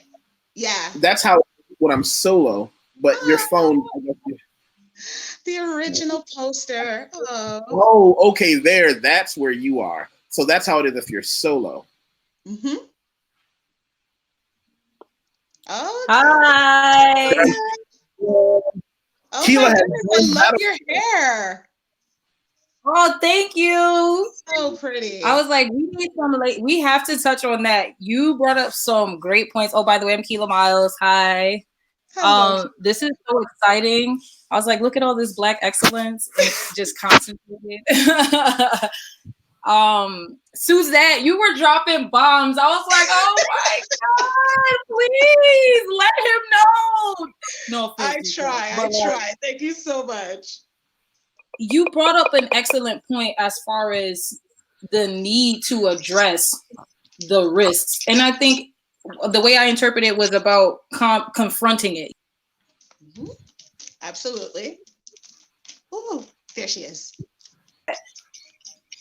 There is a point where we do have to confront it, and men do have to learn how to navigate in those arenas, because like you said, women are like, I mean, do I have to go into it? Like, are we not are we not like out here with the muscles? Look at that guns. I'm trying to be like, you want to grow up. What? You know what I mean? It's like we're out here, we're busting our butts, we're working just as hard. I think we have a lot of advantages, which has been systematically put in place that way, just to get men out the picture in general. So I think coming together with women, especially Black women, regardless of the risks and things of that, just by, you know, somehow creating a dialogue where we can talk about what are the risks, how do we work around those, how do we create a place where women feel safe and men feel safe, because that is important. I wouldn't want a man to feel like he can't work with me because, and I'm so valuable, because he's afraid that he's going to have a lawsuit of me saying he was looking at me a certain type of way, or he said something to me, and now, you know, not, there's this magical thing that could have happened that won't happen strictly because of fear that never even manifested, and vice versa. I don't want to work with a man that doesn't know how to work with me, or you know what I'm saying, doesn't understand boundaries, doesn't understand, okay, maybe I shouldn't say this, or maybe I shouldn't do this, because there is a line that can, you know, there is a way of doing things on both parties' behalf. And I think that what you were saying, it was like, I was kind of like, oh, there's no way for me to show my excitement, you know, just looking, you know what I mean? So I just wanted to say that. And I definitely hear that. And you know, and that's the interesting part, because, you know, when we talk about the mentorship and sponsorship, and there is and the reason why I harp on sponsorship is because there is a solid and real difference between having a mentor and having a sponsor. Okay. And I feel like Black women, especially, that we're great about finding mentors. We have definitely grown over, I would say, over the past 10 years, the amount of women who reach out to me, the amount of women I feel comfortable reaching out to, you know, different networks. Like, I'm a part of a network of women here in LA called the Bella Network, of just strong, amazing Black women just out there to support. Great. Right. But then I see Black men, and I see their struggles in finding Black women to help them navigate these spaces. Because, you know, as I said, good, bad, or indifferent, within the dynamic of America, Black women are making some real strides when it comes to starting their own businesses and making moves internally and moving into middle management and even higher. And so, you know, if you're a young Black male entering the workforce and you don't know how to negotiate this space, then guess what? You may not reach the positions that you could, because the doors that Black women would open for you remain closed, because you were so afraid of even putting yourself in that place. And so, you know, even the messaging that comes from that, you know, the fact that I strive very hard when I see other Black men in positions of leadership, because I work in corporate healthcare, and the girl is a beast out there. It can get wonky. So whenever I see other Black male leaders, I make it a point to make sure that I reach out to them, to offer support, to create some sense of safety, to say, hey, it's good to see another person who may share these perspectives. Please let me know how I can support. Please let me know how I may connect you and how I can help you navigate this. Because I do think Black men underutilize Black women. Like, the amount of I need to pause for one quick second. Sure. One quick second, and this is from me. For everybody here right now, I want to tell you to go look at Reigning Woman, click her, and make sure you subscribe to her channel.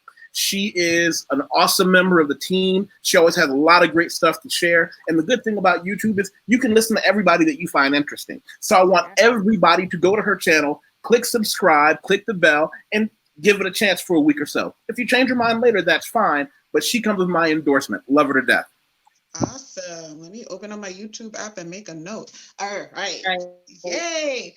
So I say that to say, you know, here are so many Black women, and yet Black men don't seek out Black women for mentorship, if even just to understand how to negotiate these areas of sexual harassment and, you know, progress and inappropriate behavior. It's like, so they continue to seek other men, which is a good thing. Don't get me wrong. I definitely feel like, you know, you should have mentors and sponsors of both genders. There's insight that both genders can give you that are lost if you're moving from a place of fear and saying, okay, well, I'm not even going to open the avenue to support and education and to learn techniques and tools, because as a Black woman, what, she won't be willing to have this conversation, or like it's moving from a place of fear, and you can't reach prosperity from a place of fear. Now, let me explain to both of you specifically why you're wrong about everything you just said.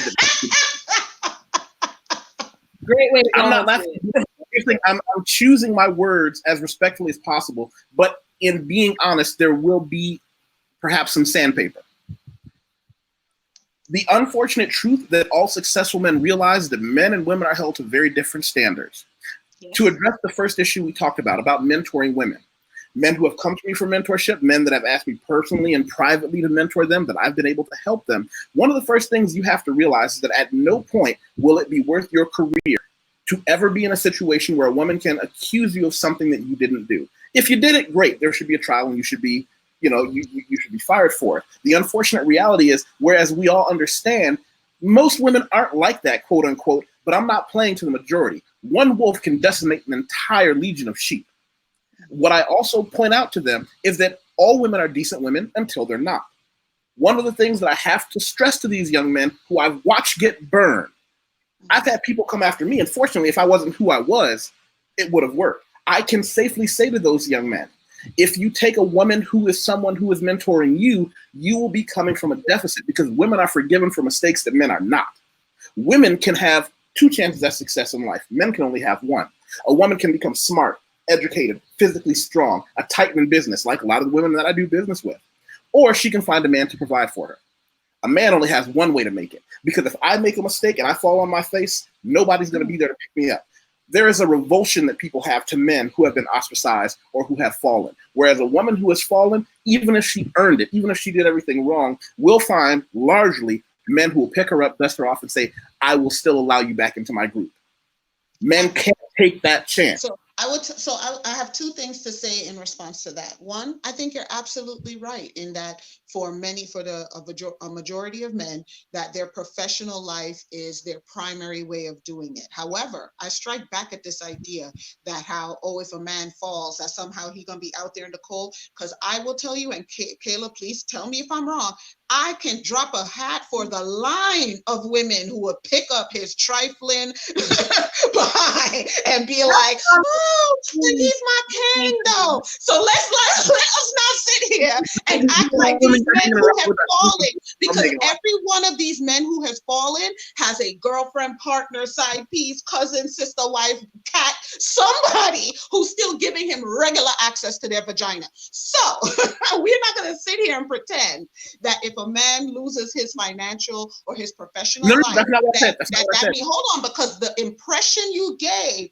was that somehow that if a man loses this, that he loses his access to relational support, and that is not what I said. So okay, as long as we're clear on that. The second question, hold on. The second question that I have is, so if none of the Black men are mentoring women, if none of them are sponsoring women, and none of them are seeking these opportunities from women, then what do we do from here? Where do we go? So do you just leave? And then, because if you cut women off and you say, fine, we're not going to have anything to do with them, so then how does that move us forward as a people? So you have women over here supporting each other, getting support from non-Black men. And because please understand, almost all of my sponsors and mentors are white men. It's particularly Jewish men, because they do not have the sense of fear. And I understand the sense of fear. I understand the anxiety that Black men have, that if they mess up, that they don't get any breaks. I'm just saying that Black women feel that pressure too. Black women also feel this idea that if they don't make it, and that if they mess this up, that's it for them, you know. Then And so let me all be that clear. I'm saying, so what I'm asking for, because I understand your point. I don't want you to think I'm minimizing it. I'm just saying, as a people, we have to figure out how to get past this and move forward. So what would be the alternative? Because quite honestly, even if you're afraid of women, I don't understand why you're not doing online mentoring. Why are you not doing group mentoring through Google Hangouts or anything else? There are plenty of options and plenty of ways that you can mitigate that risk and still offer the shared knowledge and networking. So it's intellectually lazy to me to say that, yes, this game can have these consequences, these things can happen, so your only solution is to just not do it. Well, let me do two things. First, I can't let a moment go by without saying hello to Inner Beauty TV, Nicole Michelle. She's an amazing woman. The door is always open to her. Yay! And if she wants to take it, I'll say the word. The other thing I was going to say to you is this. I think that you took my words a little too obtusely. I'm talking specifically professionally. I mean, a man's reputation is the only thing that once you get dirt on it, once it's even accused of being dirty, you have to go to such extraordinary measures to murder your accusers that it's never going to be worth it. What you said about Jewish men mentoring you, I'm glad that you had those men. The problem is Jewish men aren't lynched, figuratively and literally and figuratively, for being accused of he touched a white woman. That is solely the bastion of what happens to us. I'm not telling you that we shouldn't help each other. What I'm telling you that at a professional level, white, black, or otherwise, no man should put himself in a situation where he is alone with, or even in a situation where a woman can accuse him of something bad. I'll give you an example. Somebody nobody. Hold on, before you go there, because I think the premise, we have to be sure that we're all on the same point page for the premise, because I am not disagreeing with that. What I'm saying is that it's intellectually lazy to say that because you cannot be in a physical space and with the door closed with a woman, that means that you have no other options to offer mentorship or sponsorship to women. That is the part that's lazy. Because you can't, there's too many avenues of technology, there's too many avenues for options to do that. Because you can give you an example. Mm-hmm. Mike Pence, like him or not, he said something brilliant that people didn't understand the wisdom of until it was way too late. You've seen too many other men fall. His lack of lunching with any woman, not his wife. Oh, he didn't say lunching. He says, I'm never alone in a room with a woman who is not my wife unless my wife is there. I don't care if it's lunch, coffee. And guess what? Mike Pence is never going to be in a situation where he's even being looked at sideways. I can let me go ahead. Can we explore that? I think, I don't know. I'm the type of person that I'm solution focused. Right. We identify the elephant of the room. We're examining that, but then it's like it does have to be addressed. And I think that's what she's saying, is that it has to be addressed. What you're saying is like, listen, all we got is our name, and that's true. That is very true. You will get hung up real quick. Absolutely. And a Jewish man got money to pay somebody else to shut the hell up. That's why they do work, whoever. They'll say all type of slick shit if they in the mood. Oh, well, this is absolutely. You know what I'm saying? They have that freedom. And that's the way of wielding their penis around, saying, listen, I can do what I want. Like, this is my country, so to speak. And that's how I see it. And I think that it is true for Black men to understand that they do have to protect themselves. But I guess my question is, knowing that my Black man's reputation is at risk, I don't want to be the person to tarnish that. I don't want to feel like I can't say anything if I am disrespected or violated. But I also, what she's saying about, so at no point we can never work together. So are you saying that you don't think it's worth even trying to navigate around that? I guess that's the question you said. Is it not even worth navigating around that with the alternatives that Suzette was able to present? Like, there's online things like that, because there's things and insight that you would know about that maybe somebody else would not know about, that we may not have access to. You get what I'm saying? Vice versa. Well, here's what I will tell you. There are so many avenues that don't present the risk that I'm absolutely sure that I've helped people with. I've volunteered at different organizations. I do things with all kinds of people. What I'm saying is that I'm talking about a very specific and narrow band of situations. It's an awkward thing to talk, and this is where those fundamental differences between men and women are going to become apparent, but uncomfortable. It's an awkward thing to discuss this with women, because as a woman, generally speaking, you can be forgiven for terrible things. Men generally aren't. You don't find men who are even not guilty but accused ever being able to have that again. Yet you understand, we all understand that there is no consequence for a woman wielding a false accusation at a club or a cudgel. And it's an awkward thing to talk to someone, and this is a terrible thing I'm going to say to you, but a man's reputation to him carries more weight than a woman does to her, because women can always find a man who just wants them because you're a cute woman. Men are weak that way. And that's the piece. It is not your initial premise that I have the issue with, because you're absolutely right in the fact of that that the consequences are different, that there are double standards applied, particularly to Black men in accusations and things like that. But it is that next leap that you make, the idea that as a Black woman, that I don't have a very intimate appreciation of that. Like because guess what? For every guy that you're talking about who comes to you, you know, they have a sister, they have a cousin, they have a friend, they have a lover who's seen them go through this, and who also, you know, when I go into the professional sphere, I go in there with the complete understanding that yes, the rules are different for Black men, that they're coming through and they're dealing with different struggles. But what I'm saying is that both of us have struggles, and both of us have to do some work in order to allow for the support and the evolution and the professional growth that we have. So I'm saying, as a Black woman, when a Black man invites me into his office, like the VP of Finance did the other day, and he leaves the door open, I don't question it. I sit by the door so that anyone passing by can see that there's a physical distance. Why? Because the same way that he has a vested interest in protecting his reputation, I also have a vested interest in making sure that I am contributing to the idea of, here is this person treating me professionally, giving me their ear in a way that allows me to feel safe. So I'm not saying, and that's kind of why I'm saying that when I'm pushing back on this, I'm not pushing back on anything that Black men have to do to make themselves feel professionally safe because they have these risks, I feel are good and appropriate. The one line in the sand I have is the excuse to use that as a reason not to sponsor or to advocate for Black women. That is where me and that line have a parting of ways. Let me do there are many ways to do that. I need to say hello to Nicole.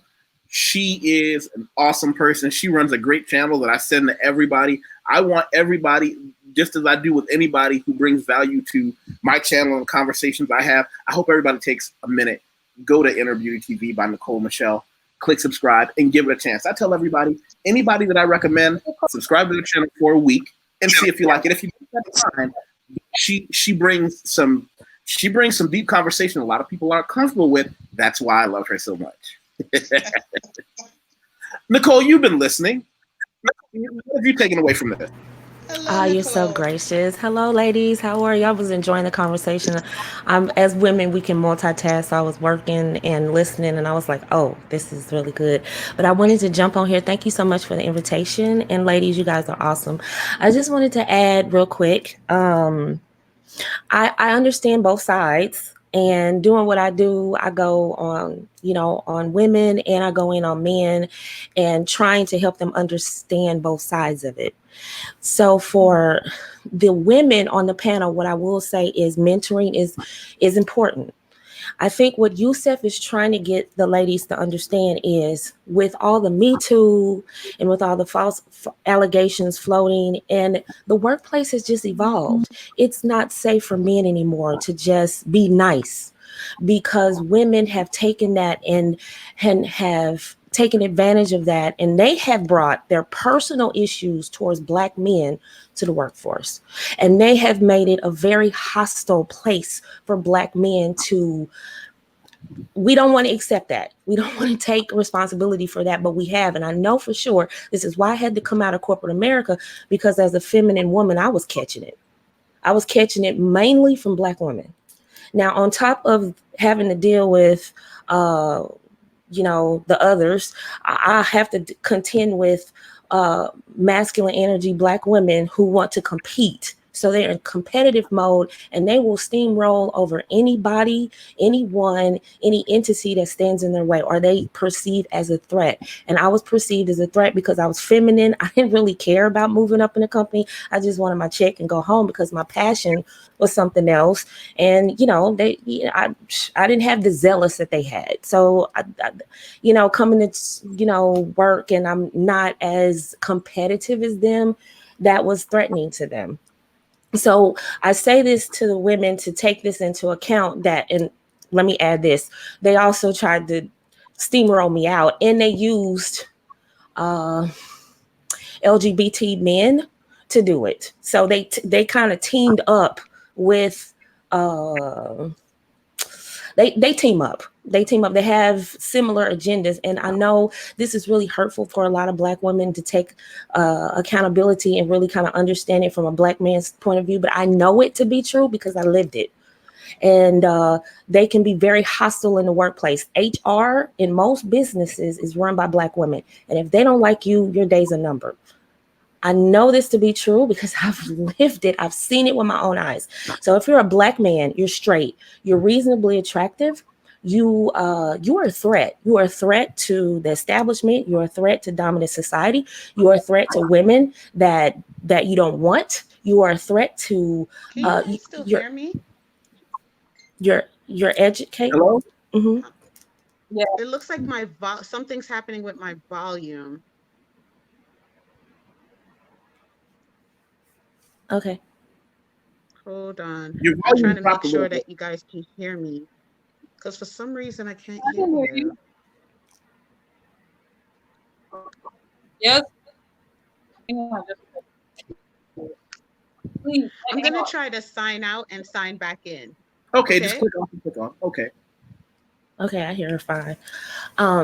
But Black men that are on their square, that are completely thorough, are extremely threatening to the establishment on many levels. So that may not be easy to digest for a lot of women.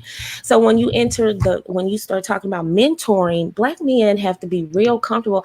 I'm gonna tell you right now, I don't want my man mentoring too many women in the workplace, because he's putting my bag at risk by mentoring too many women. Because if they make a pass at him and he declines, or he says something they don't like, or they perceive it as a oh, he trying to diss me, oh, he think he better than me, oh, this ninja, he such and such, now my bag is at risk at that job, because she's gonna take him down. I've seen it with my own eyes, and many Black men will tell you going to work is a hostile environment. It's very hostile. So they have to be extremely comfortable with mentoring anybody. And let me also add this: Black men and Black women generally don't trust each other. Because I was in New Orleans just recently, and I did a video. I'll probably release it soon.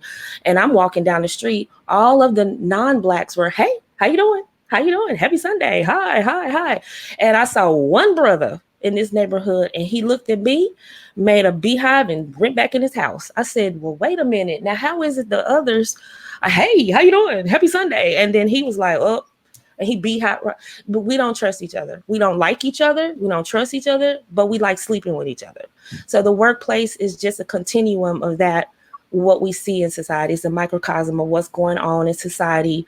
And Black men who are on point have to be extremely careful. And I know sisters in the workplace don't want to accept that, but that is by adopting some of the feminist ideology, this is the consequences of that. And men have learned, and it's not just Black men, men across the board. There are studies showing, and there has been feminists who have released columns lately, studies lately showing that men in the workplace are passing what you call that, new, not laws, but rules in the workplace, that of what you're talking about, not being in the room with a woman by yourself. I mean, Gotta be another manager. Right. Doctors have been doing that for years. So because of allegations of sexual harassment. So this is moving across the board. Women have to understand there is a consequence for adopting feminist ideology. There's a consequence. Men will adapt. Men will adapt, and this is part of what it is. If you're a good woman and this isn't you, it's not going to bother you that there's another person in the room, because two people that are sexually attracted to each other, they're going to get it on eventually. So so another person in the room, that's neither here nor there. If it's true mentoring, there shouldn't be a problem. But just on the strength of just you black and I'm black and you my sister, you my brother, those days are gone. I'm sorry. They're just gone. Not in the workplace.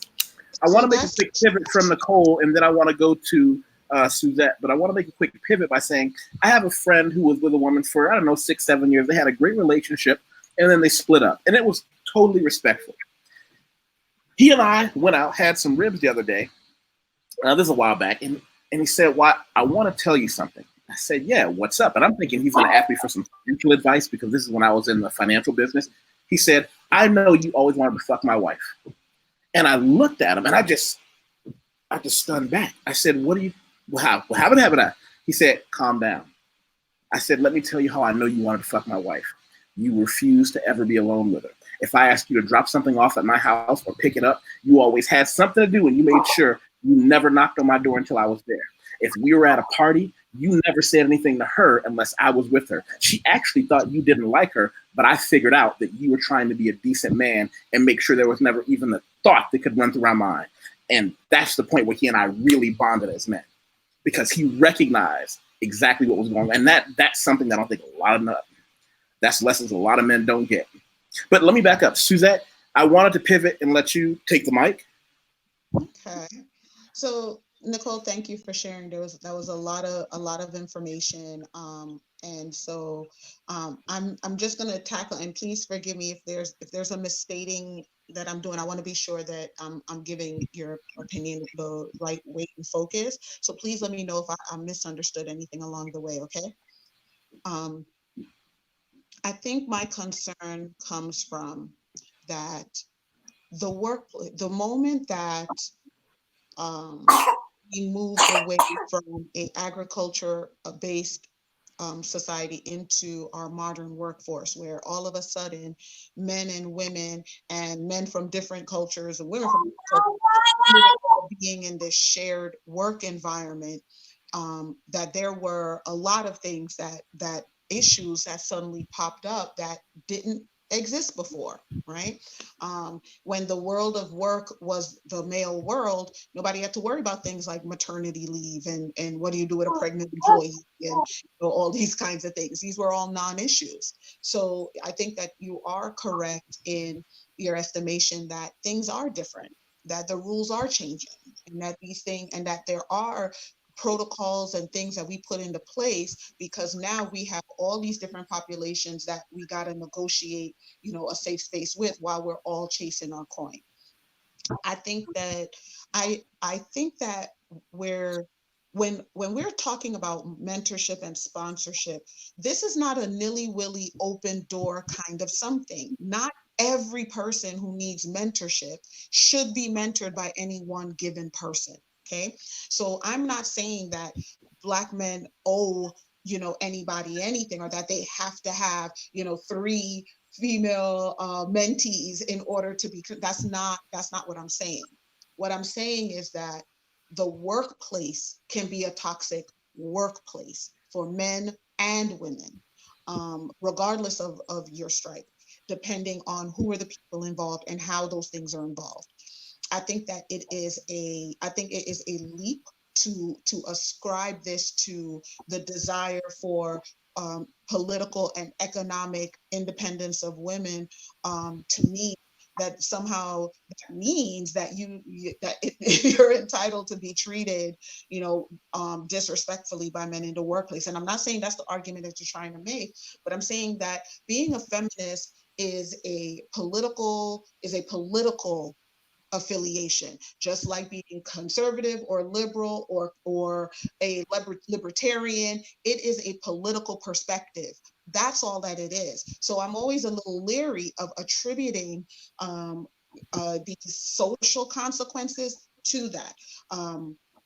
So for example, yes, you're absolutely right that you know, that if you are truly seeking mentorship and your mentor says, hey, in order to offer this to you, there are these things I need to put into place so that my professional reputation is protected, like leaving the door open, X, Y, and Z, that you're absolutely right. If I'm seeking mentorship, then I'm going to say, that's absolutely fine with me.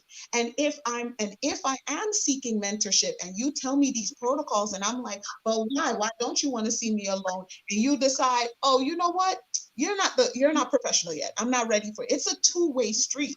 Just because somebody wants membership doesn't mean that you should not take some professional responsibility to say, is this person ready for me to be their mentor? Because sometimes the answer is no. And you're completely entitled to that, whether you're a male or a female.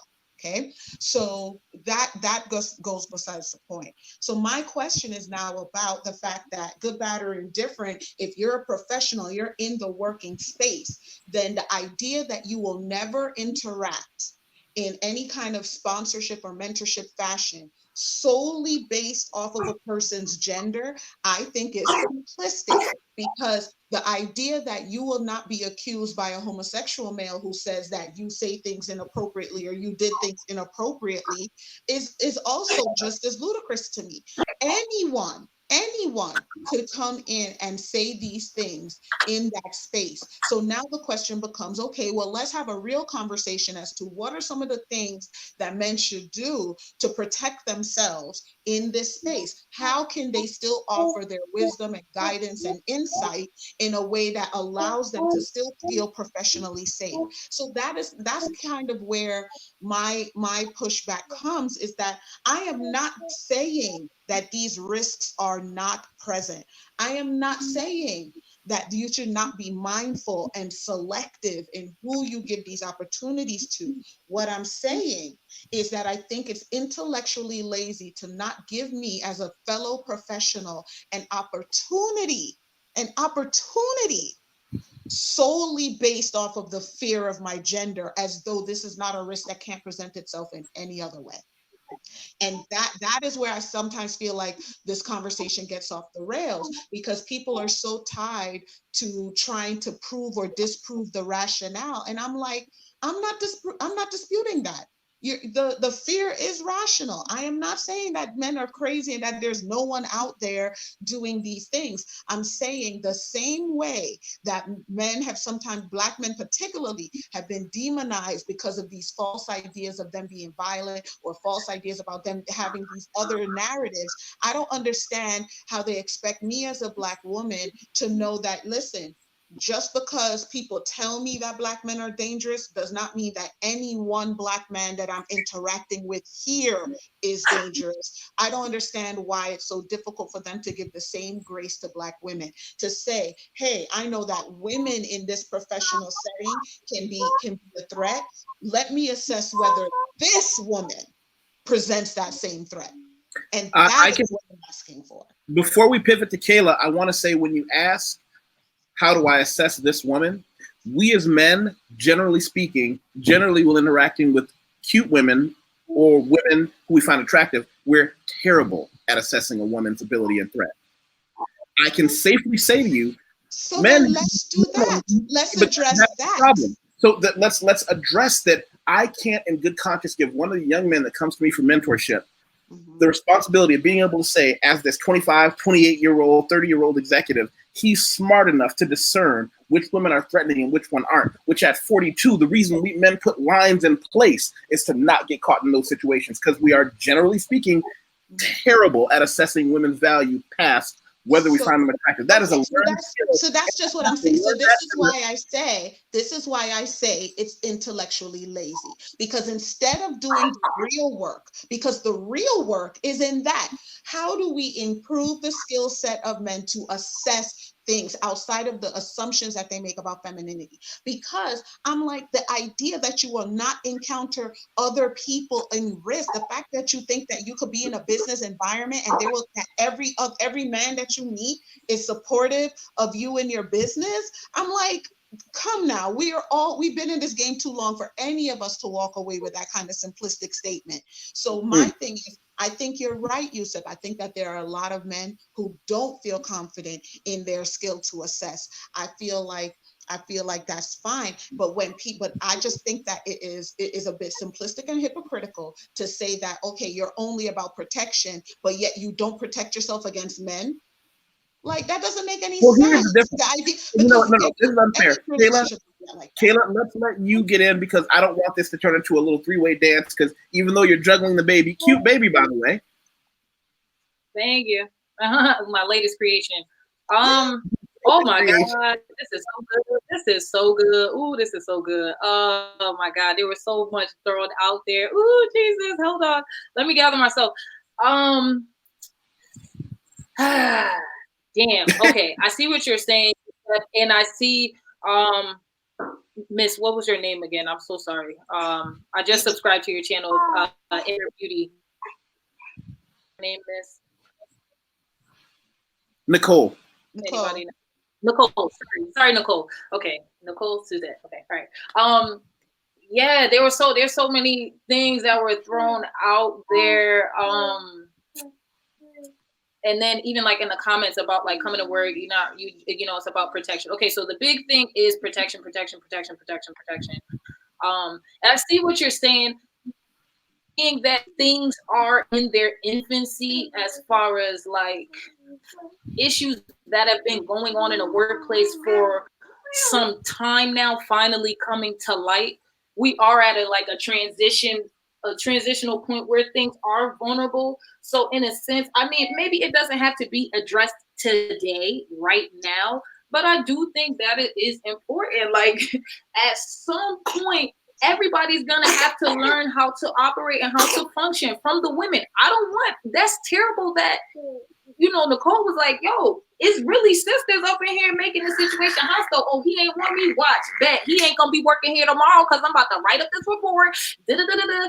It shouldn't be where women feel like they have to go to that extreme, but it shouldn't be where I gotta feel like, damn, I can't even ask him for help because, you know what I'm saying, he don't even fuck with women because he think I'm try to get a suit off of him real quick, and that's not the case. You shouldn't come to work scared, hiding under your desk. Oh my God, somebody with titties is walking by me. I can't make eye contact. It shouldn't be like that. I guess for me, what I'm taking from it all is, one is there, two, it has to be addressed, three, it may not be right now because we are in like an infancy stage of like, you know, the Me Too movement. That shit is real. Let me tell you something. I work for a black man. I was proud to work for this black man. That man told me, oh, that's the best you could do with your hair. You couldn't even go to the African to get your hair braided. This is how he took it to me at work. Let me tell you something. Every assignment he gave me, it was the bottom of the barrel. He was like, I want you to go outside and pass out flyers. I want you to go do this. He wouldn't give me a key to the building. Just the treatment was awful. And I'm thinking, wow, it's a brown person up in here, just expecting that there's gonna be some sort of understanding as far as like, bro, we both share a similar struggle. I'm not your enemy. I'm not here to take you down. I want to do my job, number one, for me, because I care about how I look at this job. I want to do the best that I can. But this is the treatment I'm getting. You talk about my hair, that's irrelevant. I'm not worried about your hair. I worked for another experience was similar, where I was judged off my aesthetics, where I wear makeup, and then he commissioned the other girls to come up to me and try to, oh, well, Keila, when I usually come to work, I just don't come bare-faced. I like to put on something. So do you know how to put on makeup? And blah, blah, blah. And I'm like, okay, I know old boy sent you because he just spoke to me about my makeup. Wait. When he hired you, was this were you the same person that he hired? Yeah. Well, listen. When he hired me, I'm gonna be transparent on this one. All right. So when he hired me, I had extensions in my hair. I wore makeup because it's an interview. That's how it goes. Look cute for the interview, right? Right? Now, when I got the job, I was already in a transition of my life where I was, I was doing research and discovering who I was. I shaved all my hair off. The makeup was like, I don't really got time to be doing all of that. And I wasn't into that anymore. Either way, regardless, I feel as though I'm not coming here dirty. My clothes are ironed. I don't smell bad. My nails are clean. I'm doing my job let's talk about that, regardless of whether my mascara is applied and I have on foundation, is irrelevant. I'm not coming here raggedy. I don't. It's totally relevant. I just. Let me explain why it's relevant. Because whether or not you know it, whether or not this is apparent to you, he hired a woman that was not only qualified, but that he thought was going to represent, through the way that she looked, his company internally and externally. I'm not telling you don't have the right to change your look. Everybody should change their look. I grew this gnarly fucking belligerent mustache. If someone says to me, hey, I no longer want to be your client because you refuse to trim your mustache, I have to accept that, but I can't pretend that the YusefWateef that they saw when they hired me isn't what they expect to see show up every day in their office when we sit down to do business together. Okay, fair criticism. So I will tell you this, though. I would tell you that her example is just one example. I have had men tell me, I've had men question my commitment to my organization because as one put it, well, aren't you reaching that baby making age where, you know, women all want to have this baby fever? And well, I that's was like, yeah, no. My professional goals are my professional goals, and that's what they are. Yeah, that's a federal crime. You should have recorded him saying that, and that's something you definitely. But this is just what I want to say. I'm like, the same way that men walk around with this idea that there are all these fake allegations and there's all these women out there doing all this stuff. I truly do not believe that men have an appreciation for how badly some of their peers the background. That's the background noise. That's not mine. Mine is. Oh, so, sorry. No worries. No, I was just gonna say, just mute yourself while you're not talking. So let me repeat that. So I think that the same way that there is this narrative that is sold that there are all these people out there making these false allegations and doing these things, and I'm like, I truly believe that there are a lot of men who have no idea how badly their fellow men behave in work environments. They do not experience it. They often do not witness it. And so it is very easy to believe that for the 3 that come forward, but for every 2 and 3 false allegations that come forward, please understand there are 23 women who were like, you know what? I don't want that reputation. I do not want to be banned. But my work environment, it's my industry is a small industry. So it's like the last thing I need is to be labeled as a troublemaker and because suits are public knowledge. So that junk follows you. Well, and here's so the problem. I'm not saying that there's not a risk for men. I'm saying that I'm like the idea that somehow women have no risk and that there are men out here and all these men are just behaving professionally. Like, dear sister Suzette, what you're presenting right now is called a logical fallacy. For you to say that because one group of people did something bad to a greater extent, it justifies the other side doing something slightly less evil. No, that's not what I said. No, that is not what I said. What I said was there is risk on both sides. And I understand that men put in parameters and things in order for them to manage that risk, in order to protect themselves. What I am saying is the same way that now it may be in our best benefit as a people to learn to examine that and to see, are we putting in place the best protections that allow us to move forward and also do these things, or is it just that we have one group protecting themselves against the perceived threat of another group? So I'm not saying that men should just disregard it and just, have these locked door meetings and do all of that. That's not what I'm saying. What I'm saying is that if you're a high value man, if you're a professional man and you're creating these things and you are networking and you're negotiating this space, I don't understand this idea that somehow it is so difficult to believe that maybe that there are women in your workspace who feel the same way, who want your knowledge and want to be able to network and see a mutually beneficial operation, but also want to feel safe and also want to know that we're not walking around here thinking, oh my gosh, this is what we want, Black men to walk around afraid. What I'm saying is that too much fear in the the workplace on both sides hampers the progress of all sides. What So I we will have say, to be more mindful of that. what I will jump in here and say this: what we want and what is two different things. The feminists have ushered in a very hostile work environment. That's just what it is. That's why my movement is anti-feminism. This is why I got out of corporate America, because I was working in a very hot, I worked in a law firm. So, you know, it's litigious by nature, by default. So we were very, very conscious of how women felt and how men felt. And I can tell you the workplace was evolving. And when I started working umpteen years ago, it has changed. Men are not playing that these days.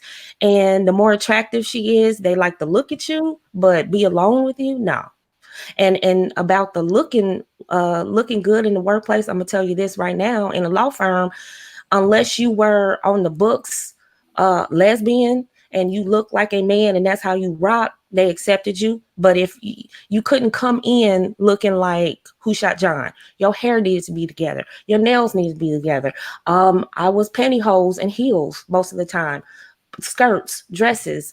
Some women wore pantsuits. You had to have a crisp, thorough look. So did the guys. There was no such thing as just fall in and look any kind of way, especially at a law firm. So a lot of these companies, like, okay, we have to deal with women, unfortunately, in the workplace. We have to deal with this risk every single day. At least she can be eye candy, at least. I mean, I know that that's very sexist, and that's, you know, pushing the envelope there with certain women. That really gets up under their skin. But that's how we judge women, on our looks, just like we judge men on their pocketbooks. That's just how it is. And in the workplace, it's no different. And women want to believe, oh, I know how hostile it is between Black men and Black women out here on the streets. But in the workplace, I need to be mentored. Okay, well, what we want and what is two different things. Brothers in the workplace are scared to death. I don't want my man risking, I'm going to say it again, I don't want him risking my bag that I've secured with him with some random woman who wants mentorship, and then she gets pissed. Uh-oh, looks like she got Skype. That's what we call it back in the day when that connection drops. The connection dropped. Yeah. It could have been, if she's been talking on her phone, it may have simply been, oh my goodness, I gotta go plug it in. I think that, like, the idea that the only way you can offer mentorship, or support is if you're alone with a woman, I just feel like that's a misnomer. I'm able to offer all of this without being alone with my mentees. I don't know. I just don't. I don't. Outside of that, well, outside of that, the feminist thing. Yeah, I mean, like, every time I hear that, I was like, feminism is what allowed us to work. Right? Like, the fact that you're actually a woman earning your own money means, by definition, that you're a feminist. Well, wait a minute, hold on. She's back. I want. Wait. While Nicole was gone, I had a few words. I want you to say them again. Yes, is she back on? Everybody's gonna be respectful to each other. In the meantime, I've got to go pee because I've been sitting here drinking all this water. You got about 2 minutes. Let's take a 3-minute break so you can go to the restroom. We can make sure Nicole is connected and I can get a refill on my beverage. 3 minutos.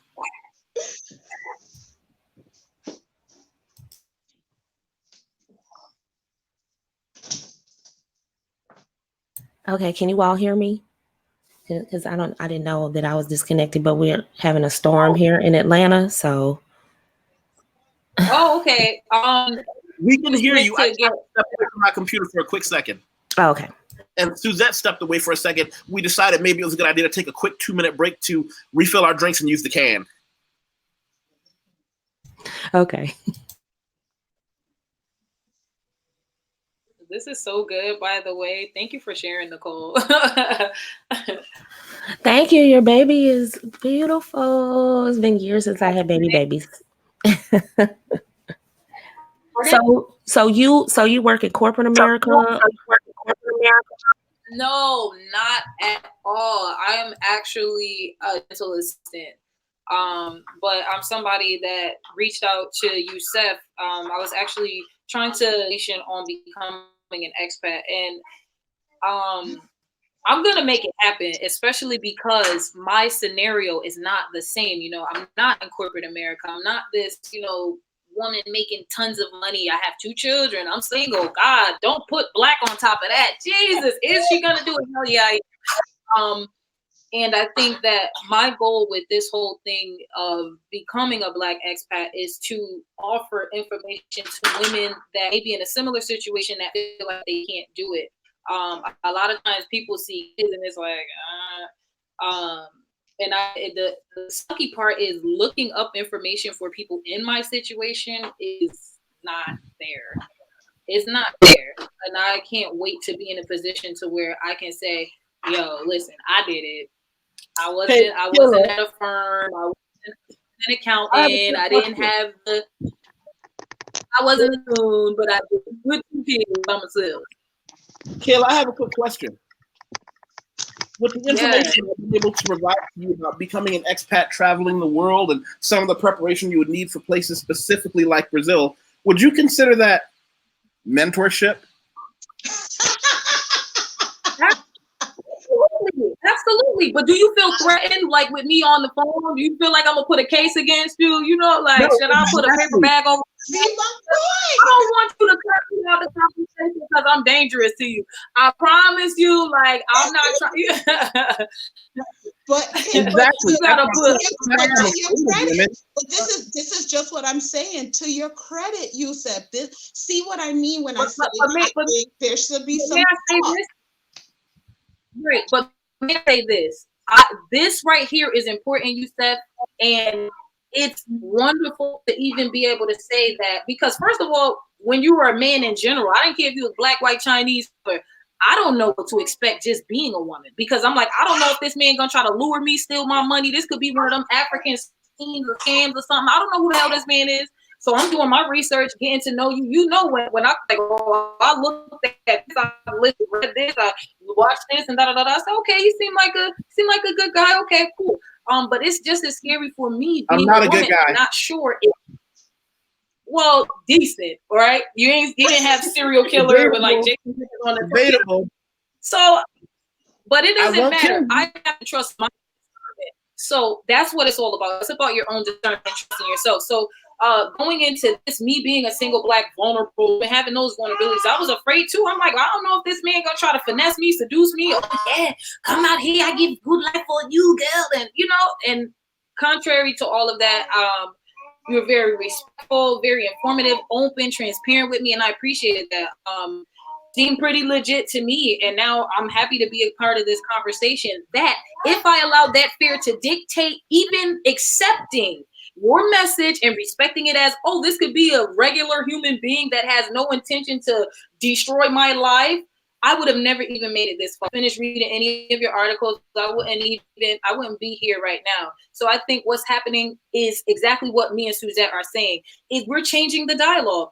Now, I just gave you 2 scenarios of where I interacted in a sort of mentor-like situation, work environment with Black men, and it was very unpleasant. But now I have this to add and say, you know what, but I also met some awesome Black men. I met, you know, they didn't want anything from me. They were literally just trying to help. And they said, hey, this is some information. Here's some other awesome Black women you'll get to converse with, like Suzette and Nicole.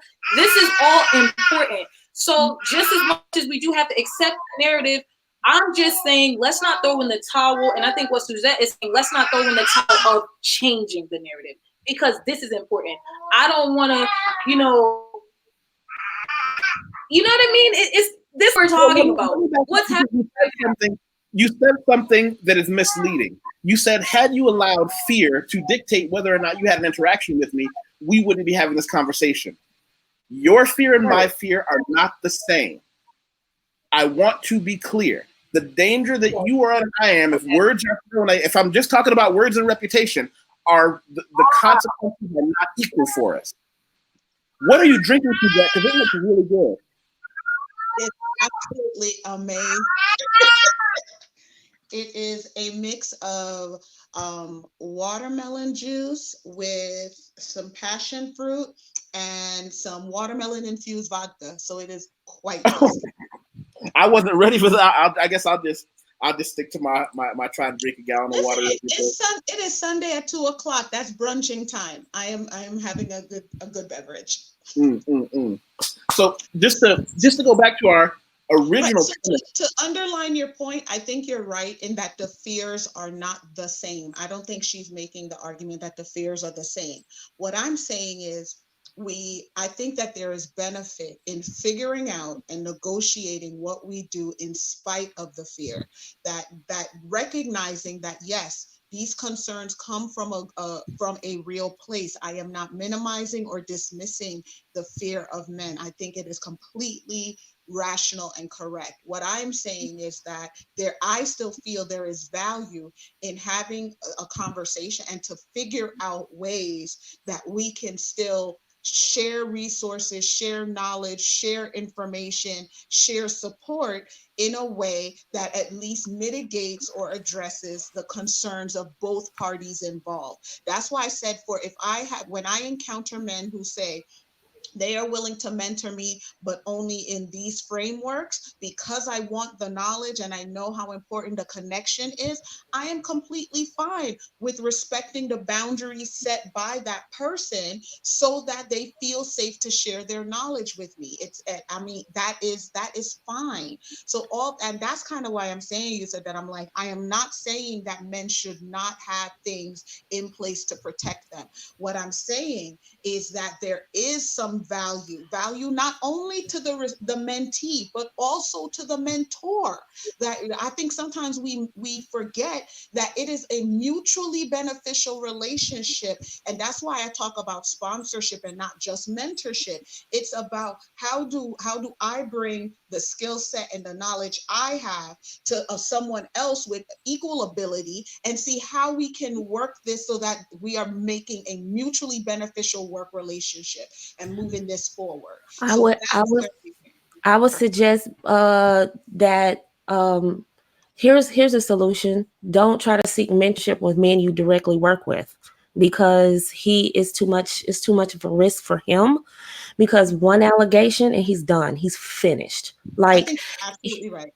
You're absolutely right. Find somebody in your industry that may not work directly with you. That might be an alternative, because that's actually completely correct, Nicole. And that is what I often tell women to do, that to not seek mentorship or sponsorship necessarily in the organization that you're in, for that very reason. I think you're absolutely on point with that. I just don't attribute, it to I think that we still have to figure it out, that the workplace is not set up in a way that women can make, that Black women, because I root for Black women, that we can make progress if those doors are closed to us. Do you root for Black men? Of course, I root for Black men. Okay. We can't be liberated as a people if we're only advocating for one. And that's kind of why I keep saying that. Like, I understand the fear and the concern. I'm all about, just like how you said, I love the fact that you suggested, encouraging Black women to reach outside of their organization. I think you're absolutely right. And that's what I'm seeking from Black men. I'm saying, okay, I got it. You have these concerns, they're fair concerns, they're valid concerns. What can we do that can still support your growth in this way and our growth in this way, so we both can benefit? What could work for you? And that's what I'm asking of Black men to think of. Okay, I got it. We can't do it the ways we have been doing it. What are other ways? What are other things we can do? What are other avenues? Can we do it electronically? Can we do it digitally? Can we meet in a public park and fly kites? Absolutely not. And I'm gonna tell my man, no. Email her some books she can read. That's her mentorship. You're not risking my bag on some woman in your organization. I got that, Nicole. I completely understand that the rules and the rules and the guidelines for you and yours. I completely, I understand that you're wrong. What I'm saying is that for me, one of my values and one of the things that I strive for is for the financial and sexual and emotional liberation of our people.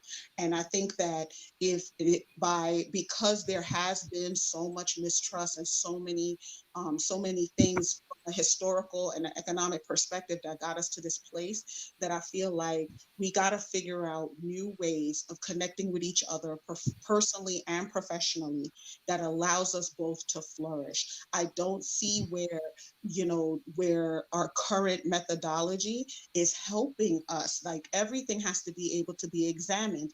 And that's why even when Yusef prefaces his comments with, oh, well, things will be making, he'll make these things to make me uncomfortable. I welcome that, because my assumptions should be questioned the same way that his is. So I'm not going to sit here and say that every woman is entitled to receive mentorship. They're not.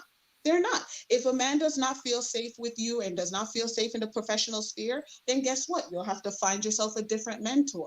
But for those of us who are in the place of being mentored. Okay, but how does he determine those of us that are in the place of being? I think that's the connection we're falling off there, because we're telling you men's concerns, and I understand that, because I'm going to be a stay-at-home wife or whatever eventually again. So like I was before, and in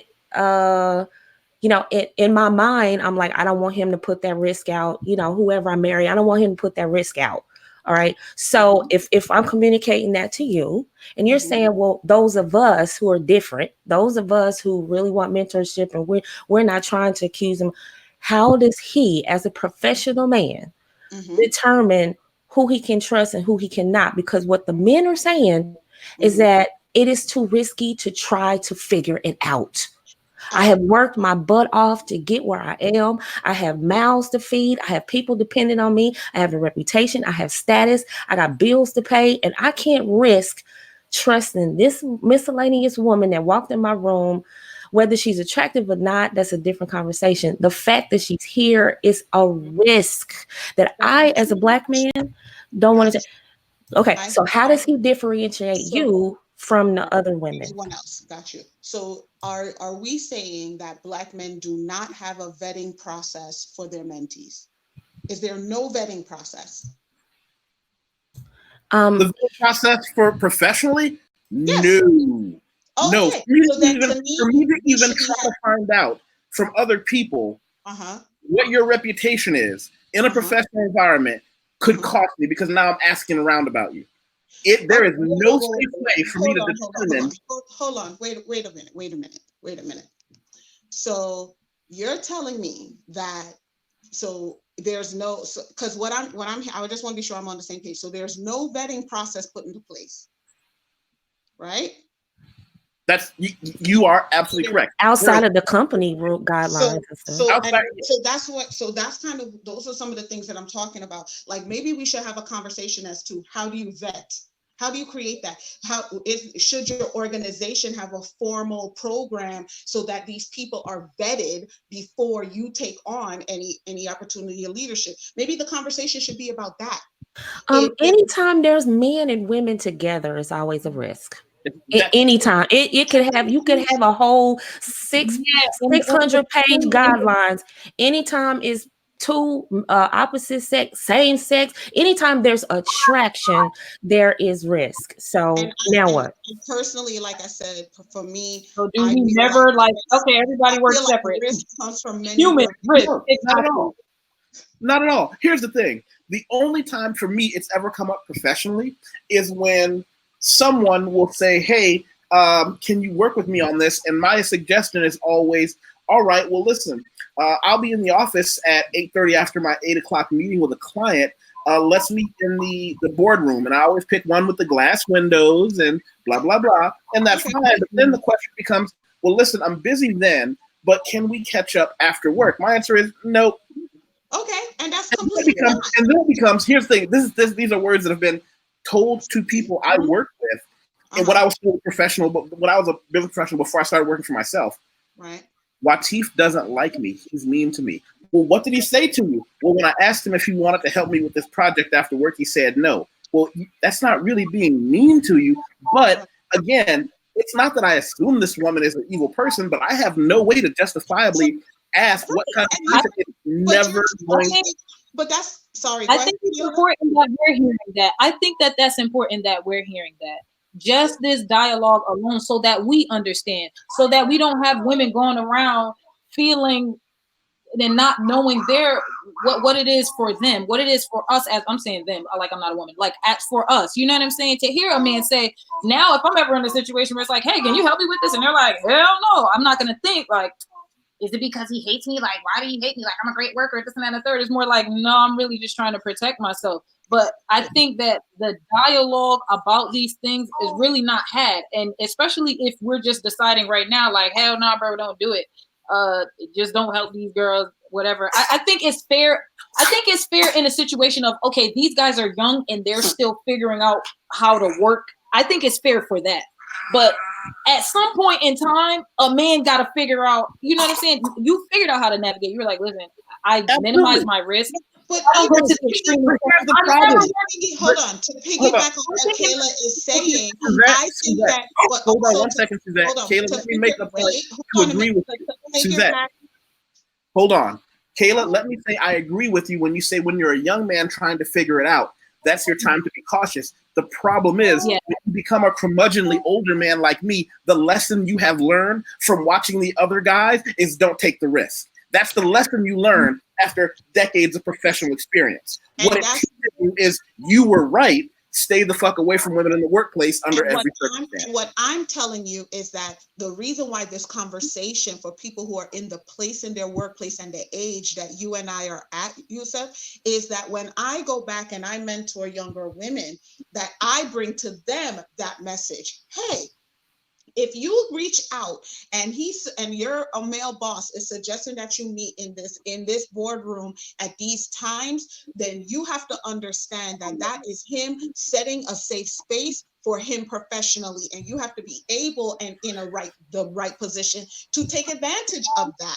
And that this is what happens when you say, oh, well, why he doesn't want to meet me after work, and why that's socially inappropriate. Well, so I'm saying that it's the value that we're losing as a people is that this mistrust is shortchanging us from even dialoguing about these other factors that we should perhaps be using as we're shaping these young ones who are coming up behind us. Okay, well, you wanted resolution, so you just kind of gave yourself a resolution. You said, as I mentor other women. So how about women mentor women and men mentor men?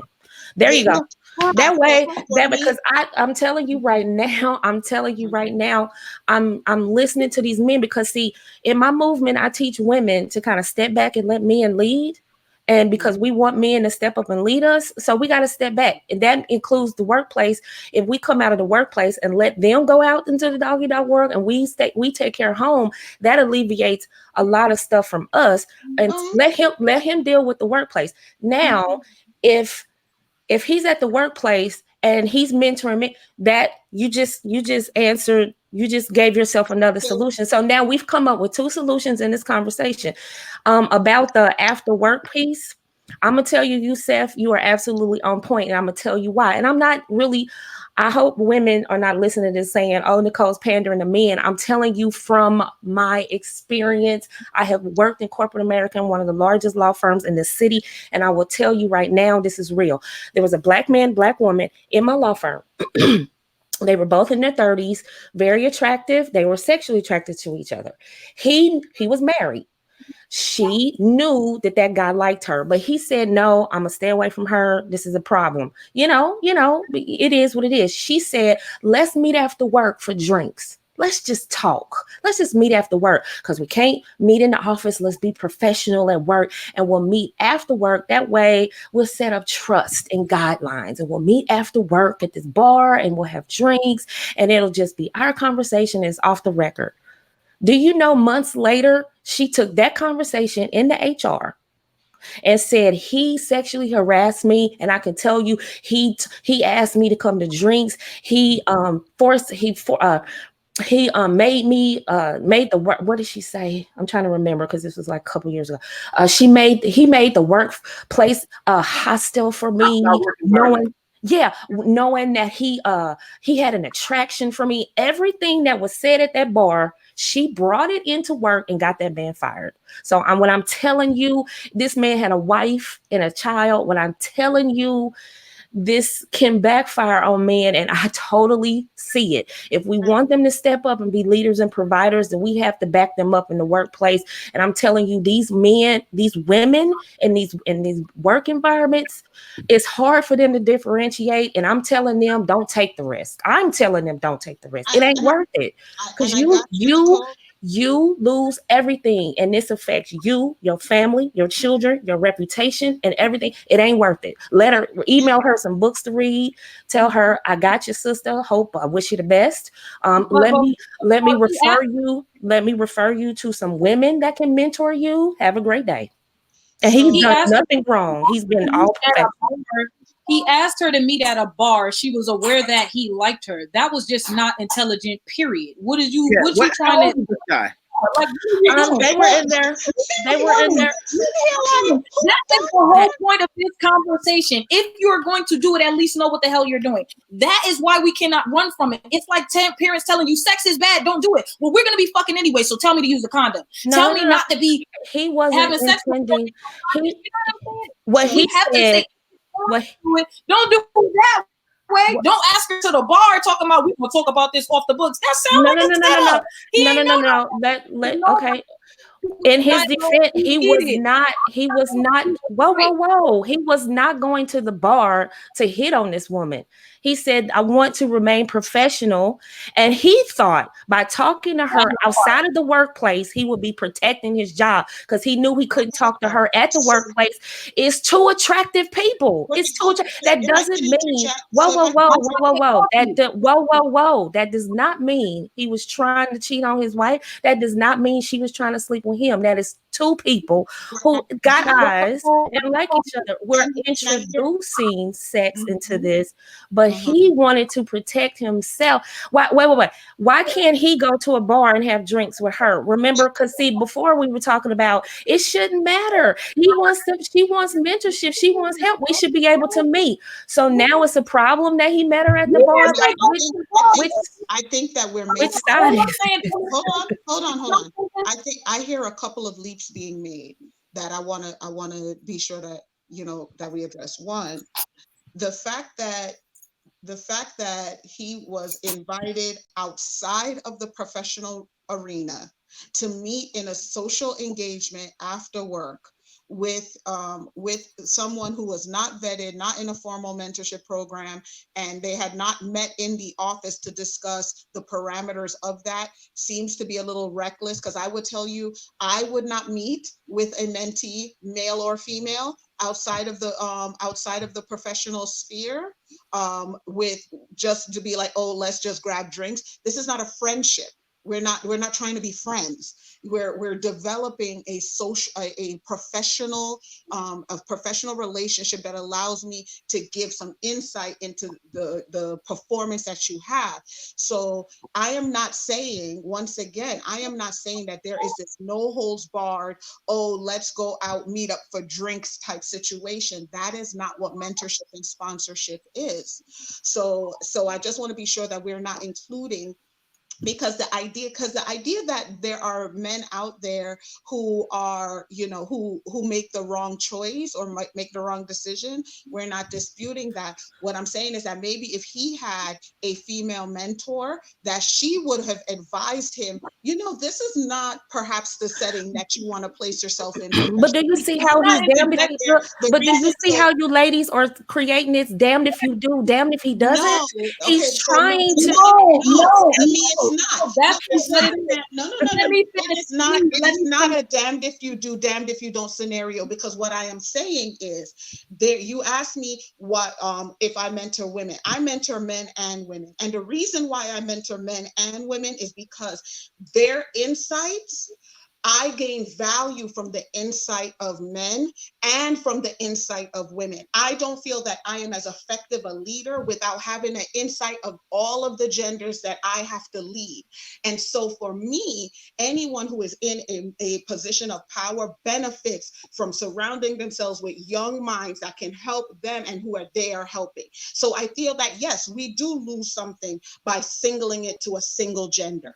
Now, that being said, just like we said from the beginning, part of this is also teaching people how to be mentored, like to understand, hey, no, you can't ask those kinds of questions. No, you shouldn't be asking your mentor to do this, that, and the third. No, you should expect that these are the parameters that a professional mentor relationship would have. Because the same way that you recount the story of this young man who was, put into this situation by, a male leader, I also have young women who are afraid to be mentored by men because the last time that they were mentored by a man, they were sexually assaulted. Well, then When they should be mentored by women. It's problem solved. So I think, but this is just the may thing. I You interject? have to look. May I interject? Yeah, you have to know both sides. You can't. There is nothing. May I? Suzette, you just hit the nail on the head. You said that was reckless. Now, Nicole, you said, damned if you do, damned if you don't. We have to consider exactly what Susan said. That was reckless. When I hear Yusef, I don't know Yusef like that, but he says, let's go get coffee. There's a reason why you go get coffee during the day when people can see you. It's not after, let's go get a drink. They were going during the day. They were going during the day. It just looks away when you're trying to be professional and you're suggesting let's get a drink like that. He was trying to be professional. He removed it from the workplace. It be more professional. So the example that you're giving is like this man said, "Hey, let's go do something that's totally no room." She suggested it. Twisted. She suggested it. He agreed because he did not want to be accused of sexual harassment in the workplace, and he wanted to help her. If he wanted to help her, then that's what I'm saying. I was under the impression that he's damned if he does, damned if he don't. I proved my point, Yusef. You can't please women. You can't. If he said no, he was gonna. If he said no, that was bad. He said yes. Let's take it out of the workplace and let's go to a place everybody to notice. And then I want everybody to notice that Suzette is fanning herself because that vodka watermelon juice cocktail finally caught up with her ass. It looked good though. Cocktail and passion on any subject will raise some sweat. Before she was calm and sitting in one place. Now she's sipping a drink, man, a little bit. Think about it. Like, I feel very passionately about this topic only because, like, I definitely, Nicole, I definitely have nothing but respect for your desire to be a stay-at-home mom. I think that's amazing, and I definitely admire that. It is not the right journey for me, and it's not the right journey for some women who are like me. And good, bad, or indifferent, that there is a place for us within the professional world. And I know that my own professional journey, was very fraught these kinds of issues, and why it is that I feel that I champion for having these kinds of conversations and learning ways to create some things that can mitigate some of the risks and still allow us to share information, because I see the impact on how it limits the financial and the professional growth of both Black men and Black women. And that's the part that I'm concerned about. So I think that it is where I do think that there is value in what each of us bring to the professional world. And I feel like that having these conversations allows us to find out where is that safe ground. How do we put some things in place so that we can still have this mutually beneficial relationship for those who wish to participate? It's not for everyone. Everyone is not a good mentor. Everyone is not a good mentee. But I get very leery of people who say things like, well, I can't mentor or sponsor Black people because they're all racially sensitive and and oh, I can't mentor women because, Me Too and and I'm like, Or we can understand that as a society, we have evolved to having a commingled workspace. So that means we got to figure out what are the ways that we can still do these things and remove the barriers so that everyone can be abundant and everyone and can benefit from that. So I think that it's all about having these dialogues and the recognition that yes, for some men, they will never go down this road, they'll never mentor any women. Cool. I think that it's a mistake to do that, but it's their professional life to make the choices that they see fit.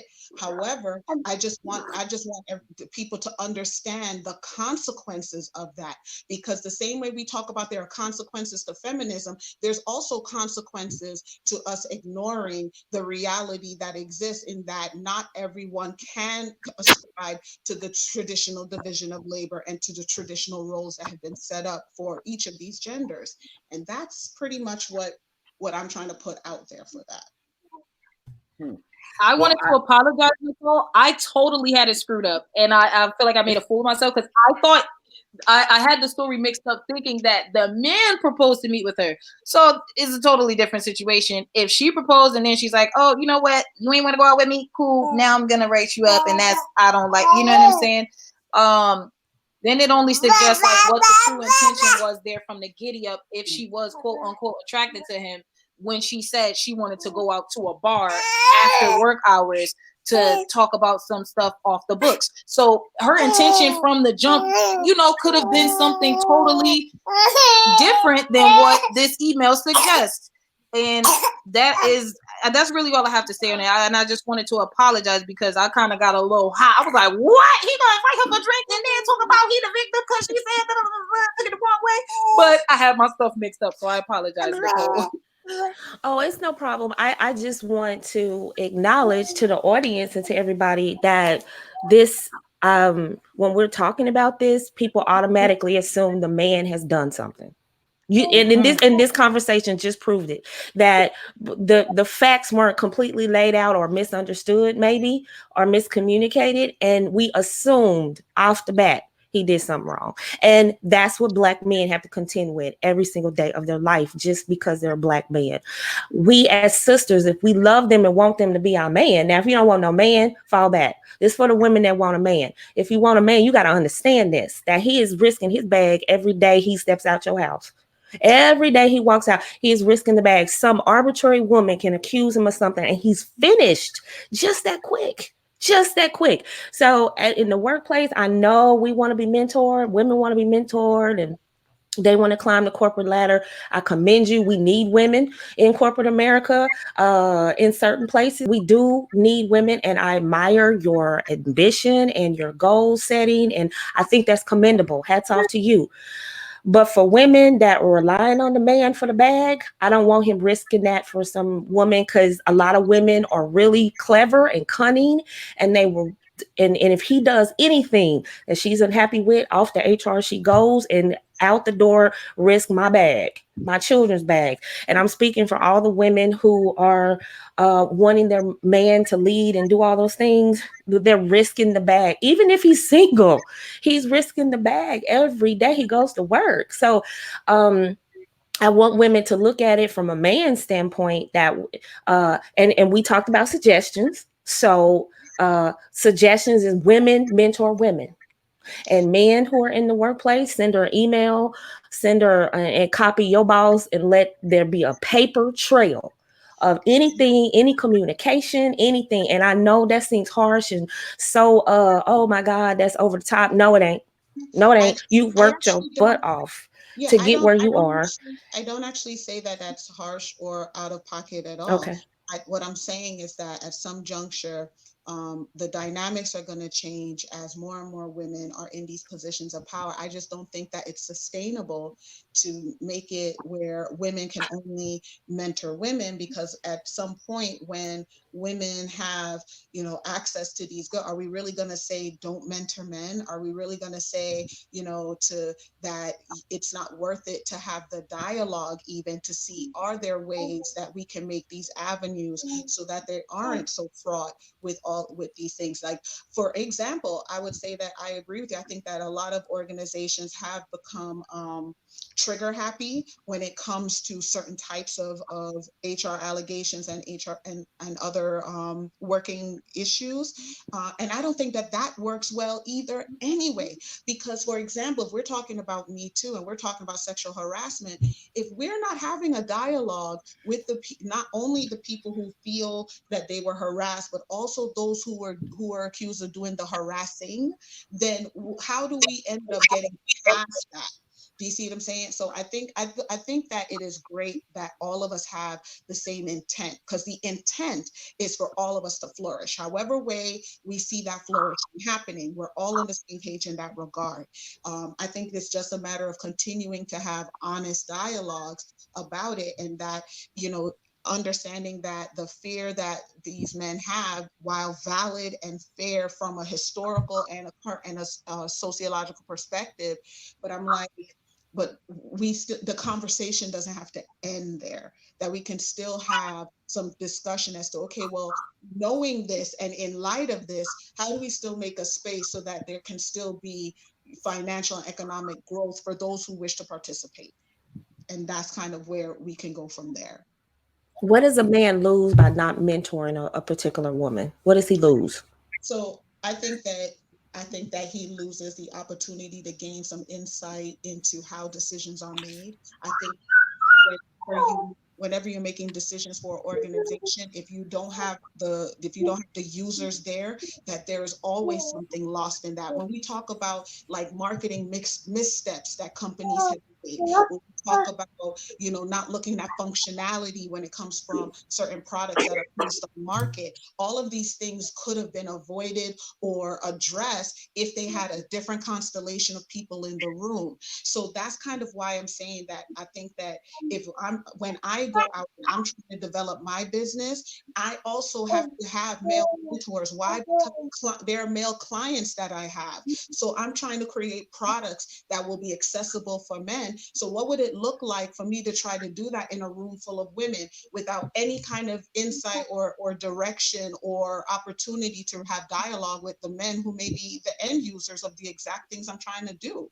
So it's those kinds of things that I'm like, I do think that, yes, there's a lot of opportunity for business improvements and for customer service issues, for marketing. All of those things are lost if you're not even willing. Right. Okay. But the dynamic you described to me, and I could, because you're extremely smart, so correct me if I'm wrong. But the answer to the question, you gave me the dynamic of women needing men in the case of forming products that affect men. That would be totally true. But what does a man gain or what does he lose? That was my question. What does he lose by not mentoring a woman? By not mentoring women. Yes. And what I'm saying is that as a leader, if you're trying to move people, if you want to know how to move people, then that means that you need to also understand the people that you're trying to move.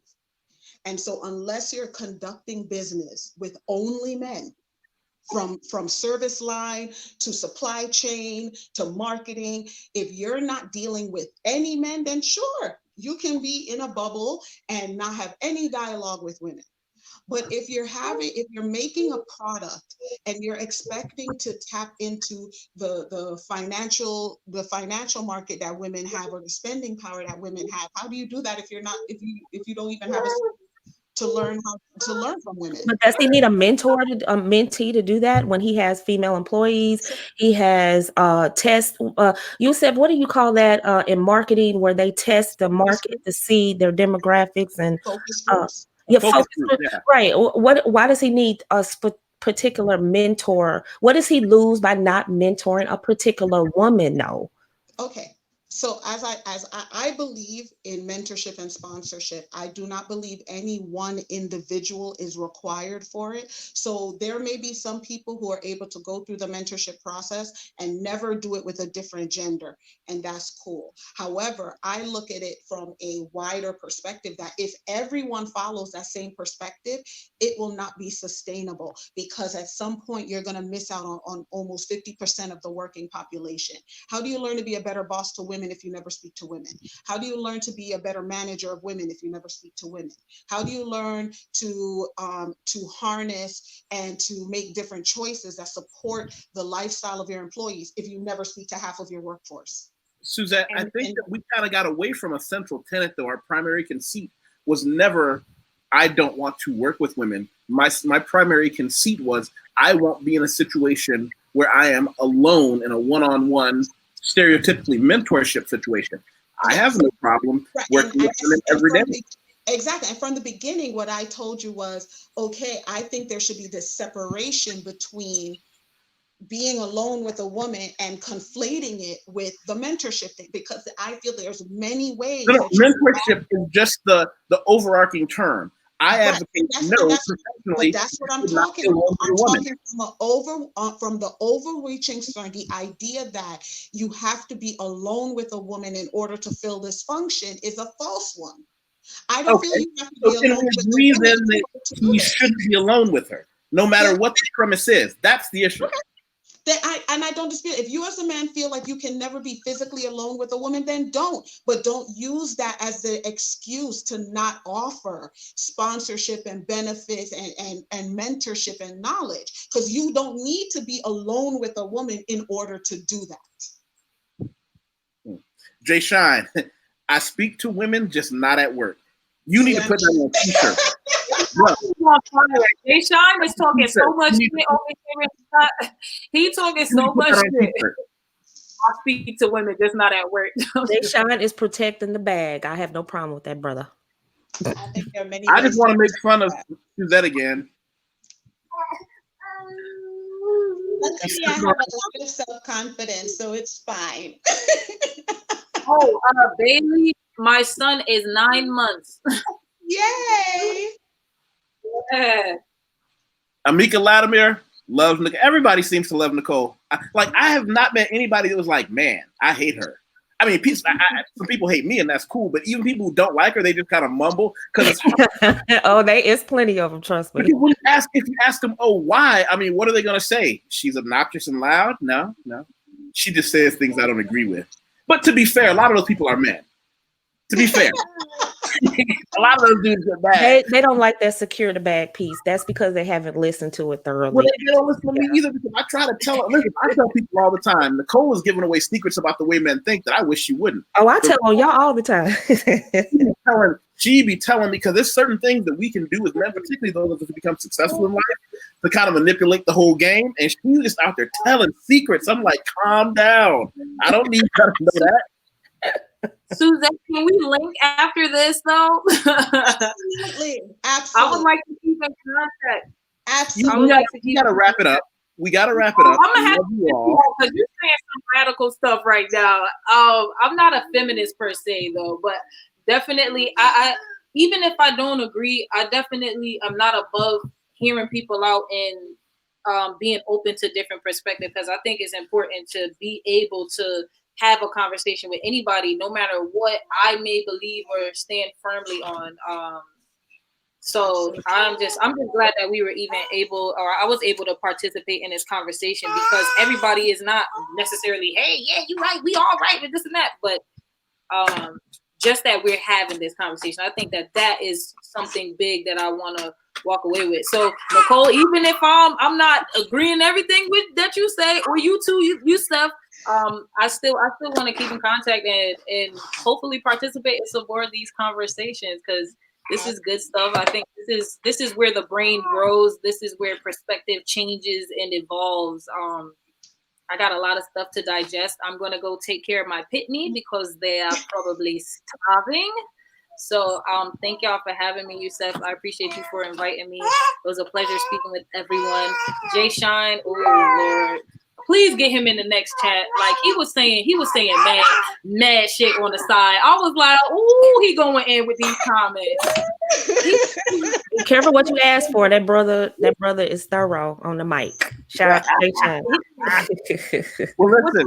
I have to say thank you, because I thoroughly enjoy meeting intelligent, bright, articulate people who force me to stretch and think and not get complacent in my own worldview. I can't express my thanks enough, guys. I appreciate it. And Nicole, do you want to give us any last words? It was a pleasure, ladies. I enjoyed this back and forth. I do hope that women in the workplace understand that the dynamics between Black men and Black women is so complex that we want it to be kind of smooth over because we're different.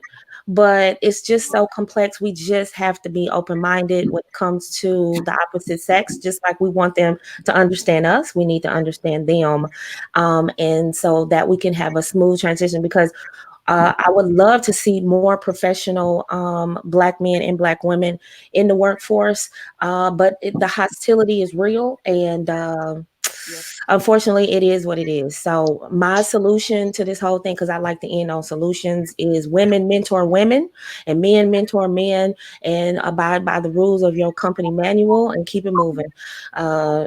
Keep that bag. Fellas, don't risk the bag. And Jay Sean, you said it right. We have a lot of work to do. I love you all and thank you. And I hope everybody shares this somewhere, because this is how we get good conversations. This is how we meet people. I've tagged people in this post. Be sure to share it. There we go. All right. Bye, guys.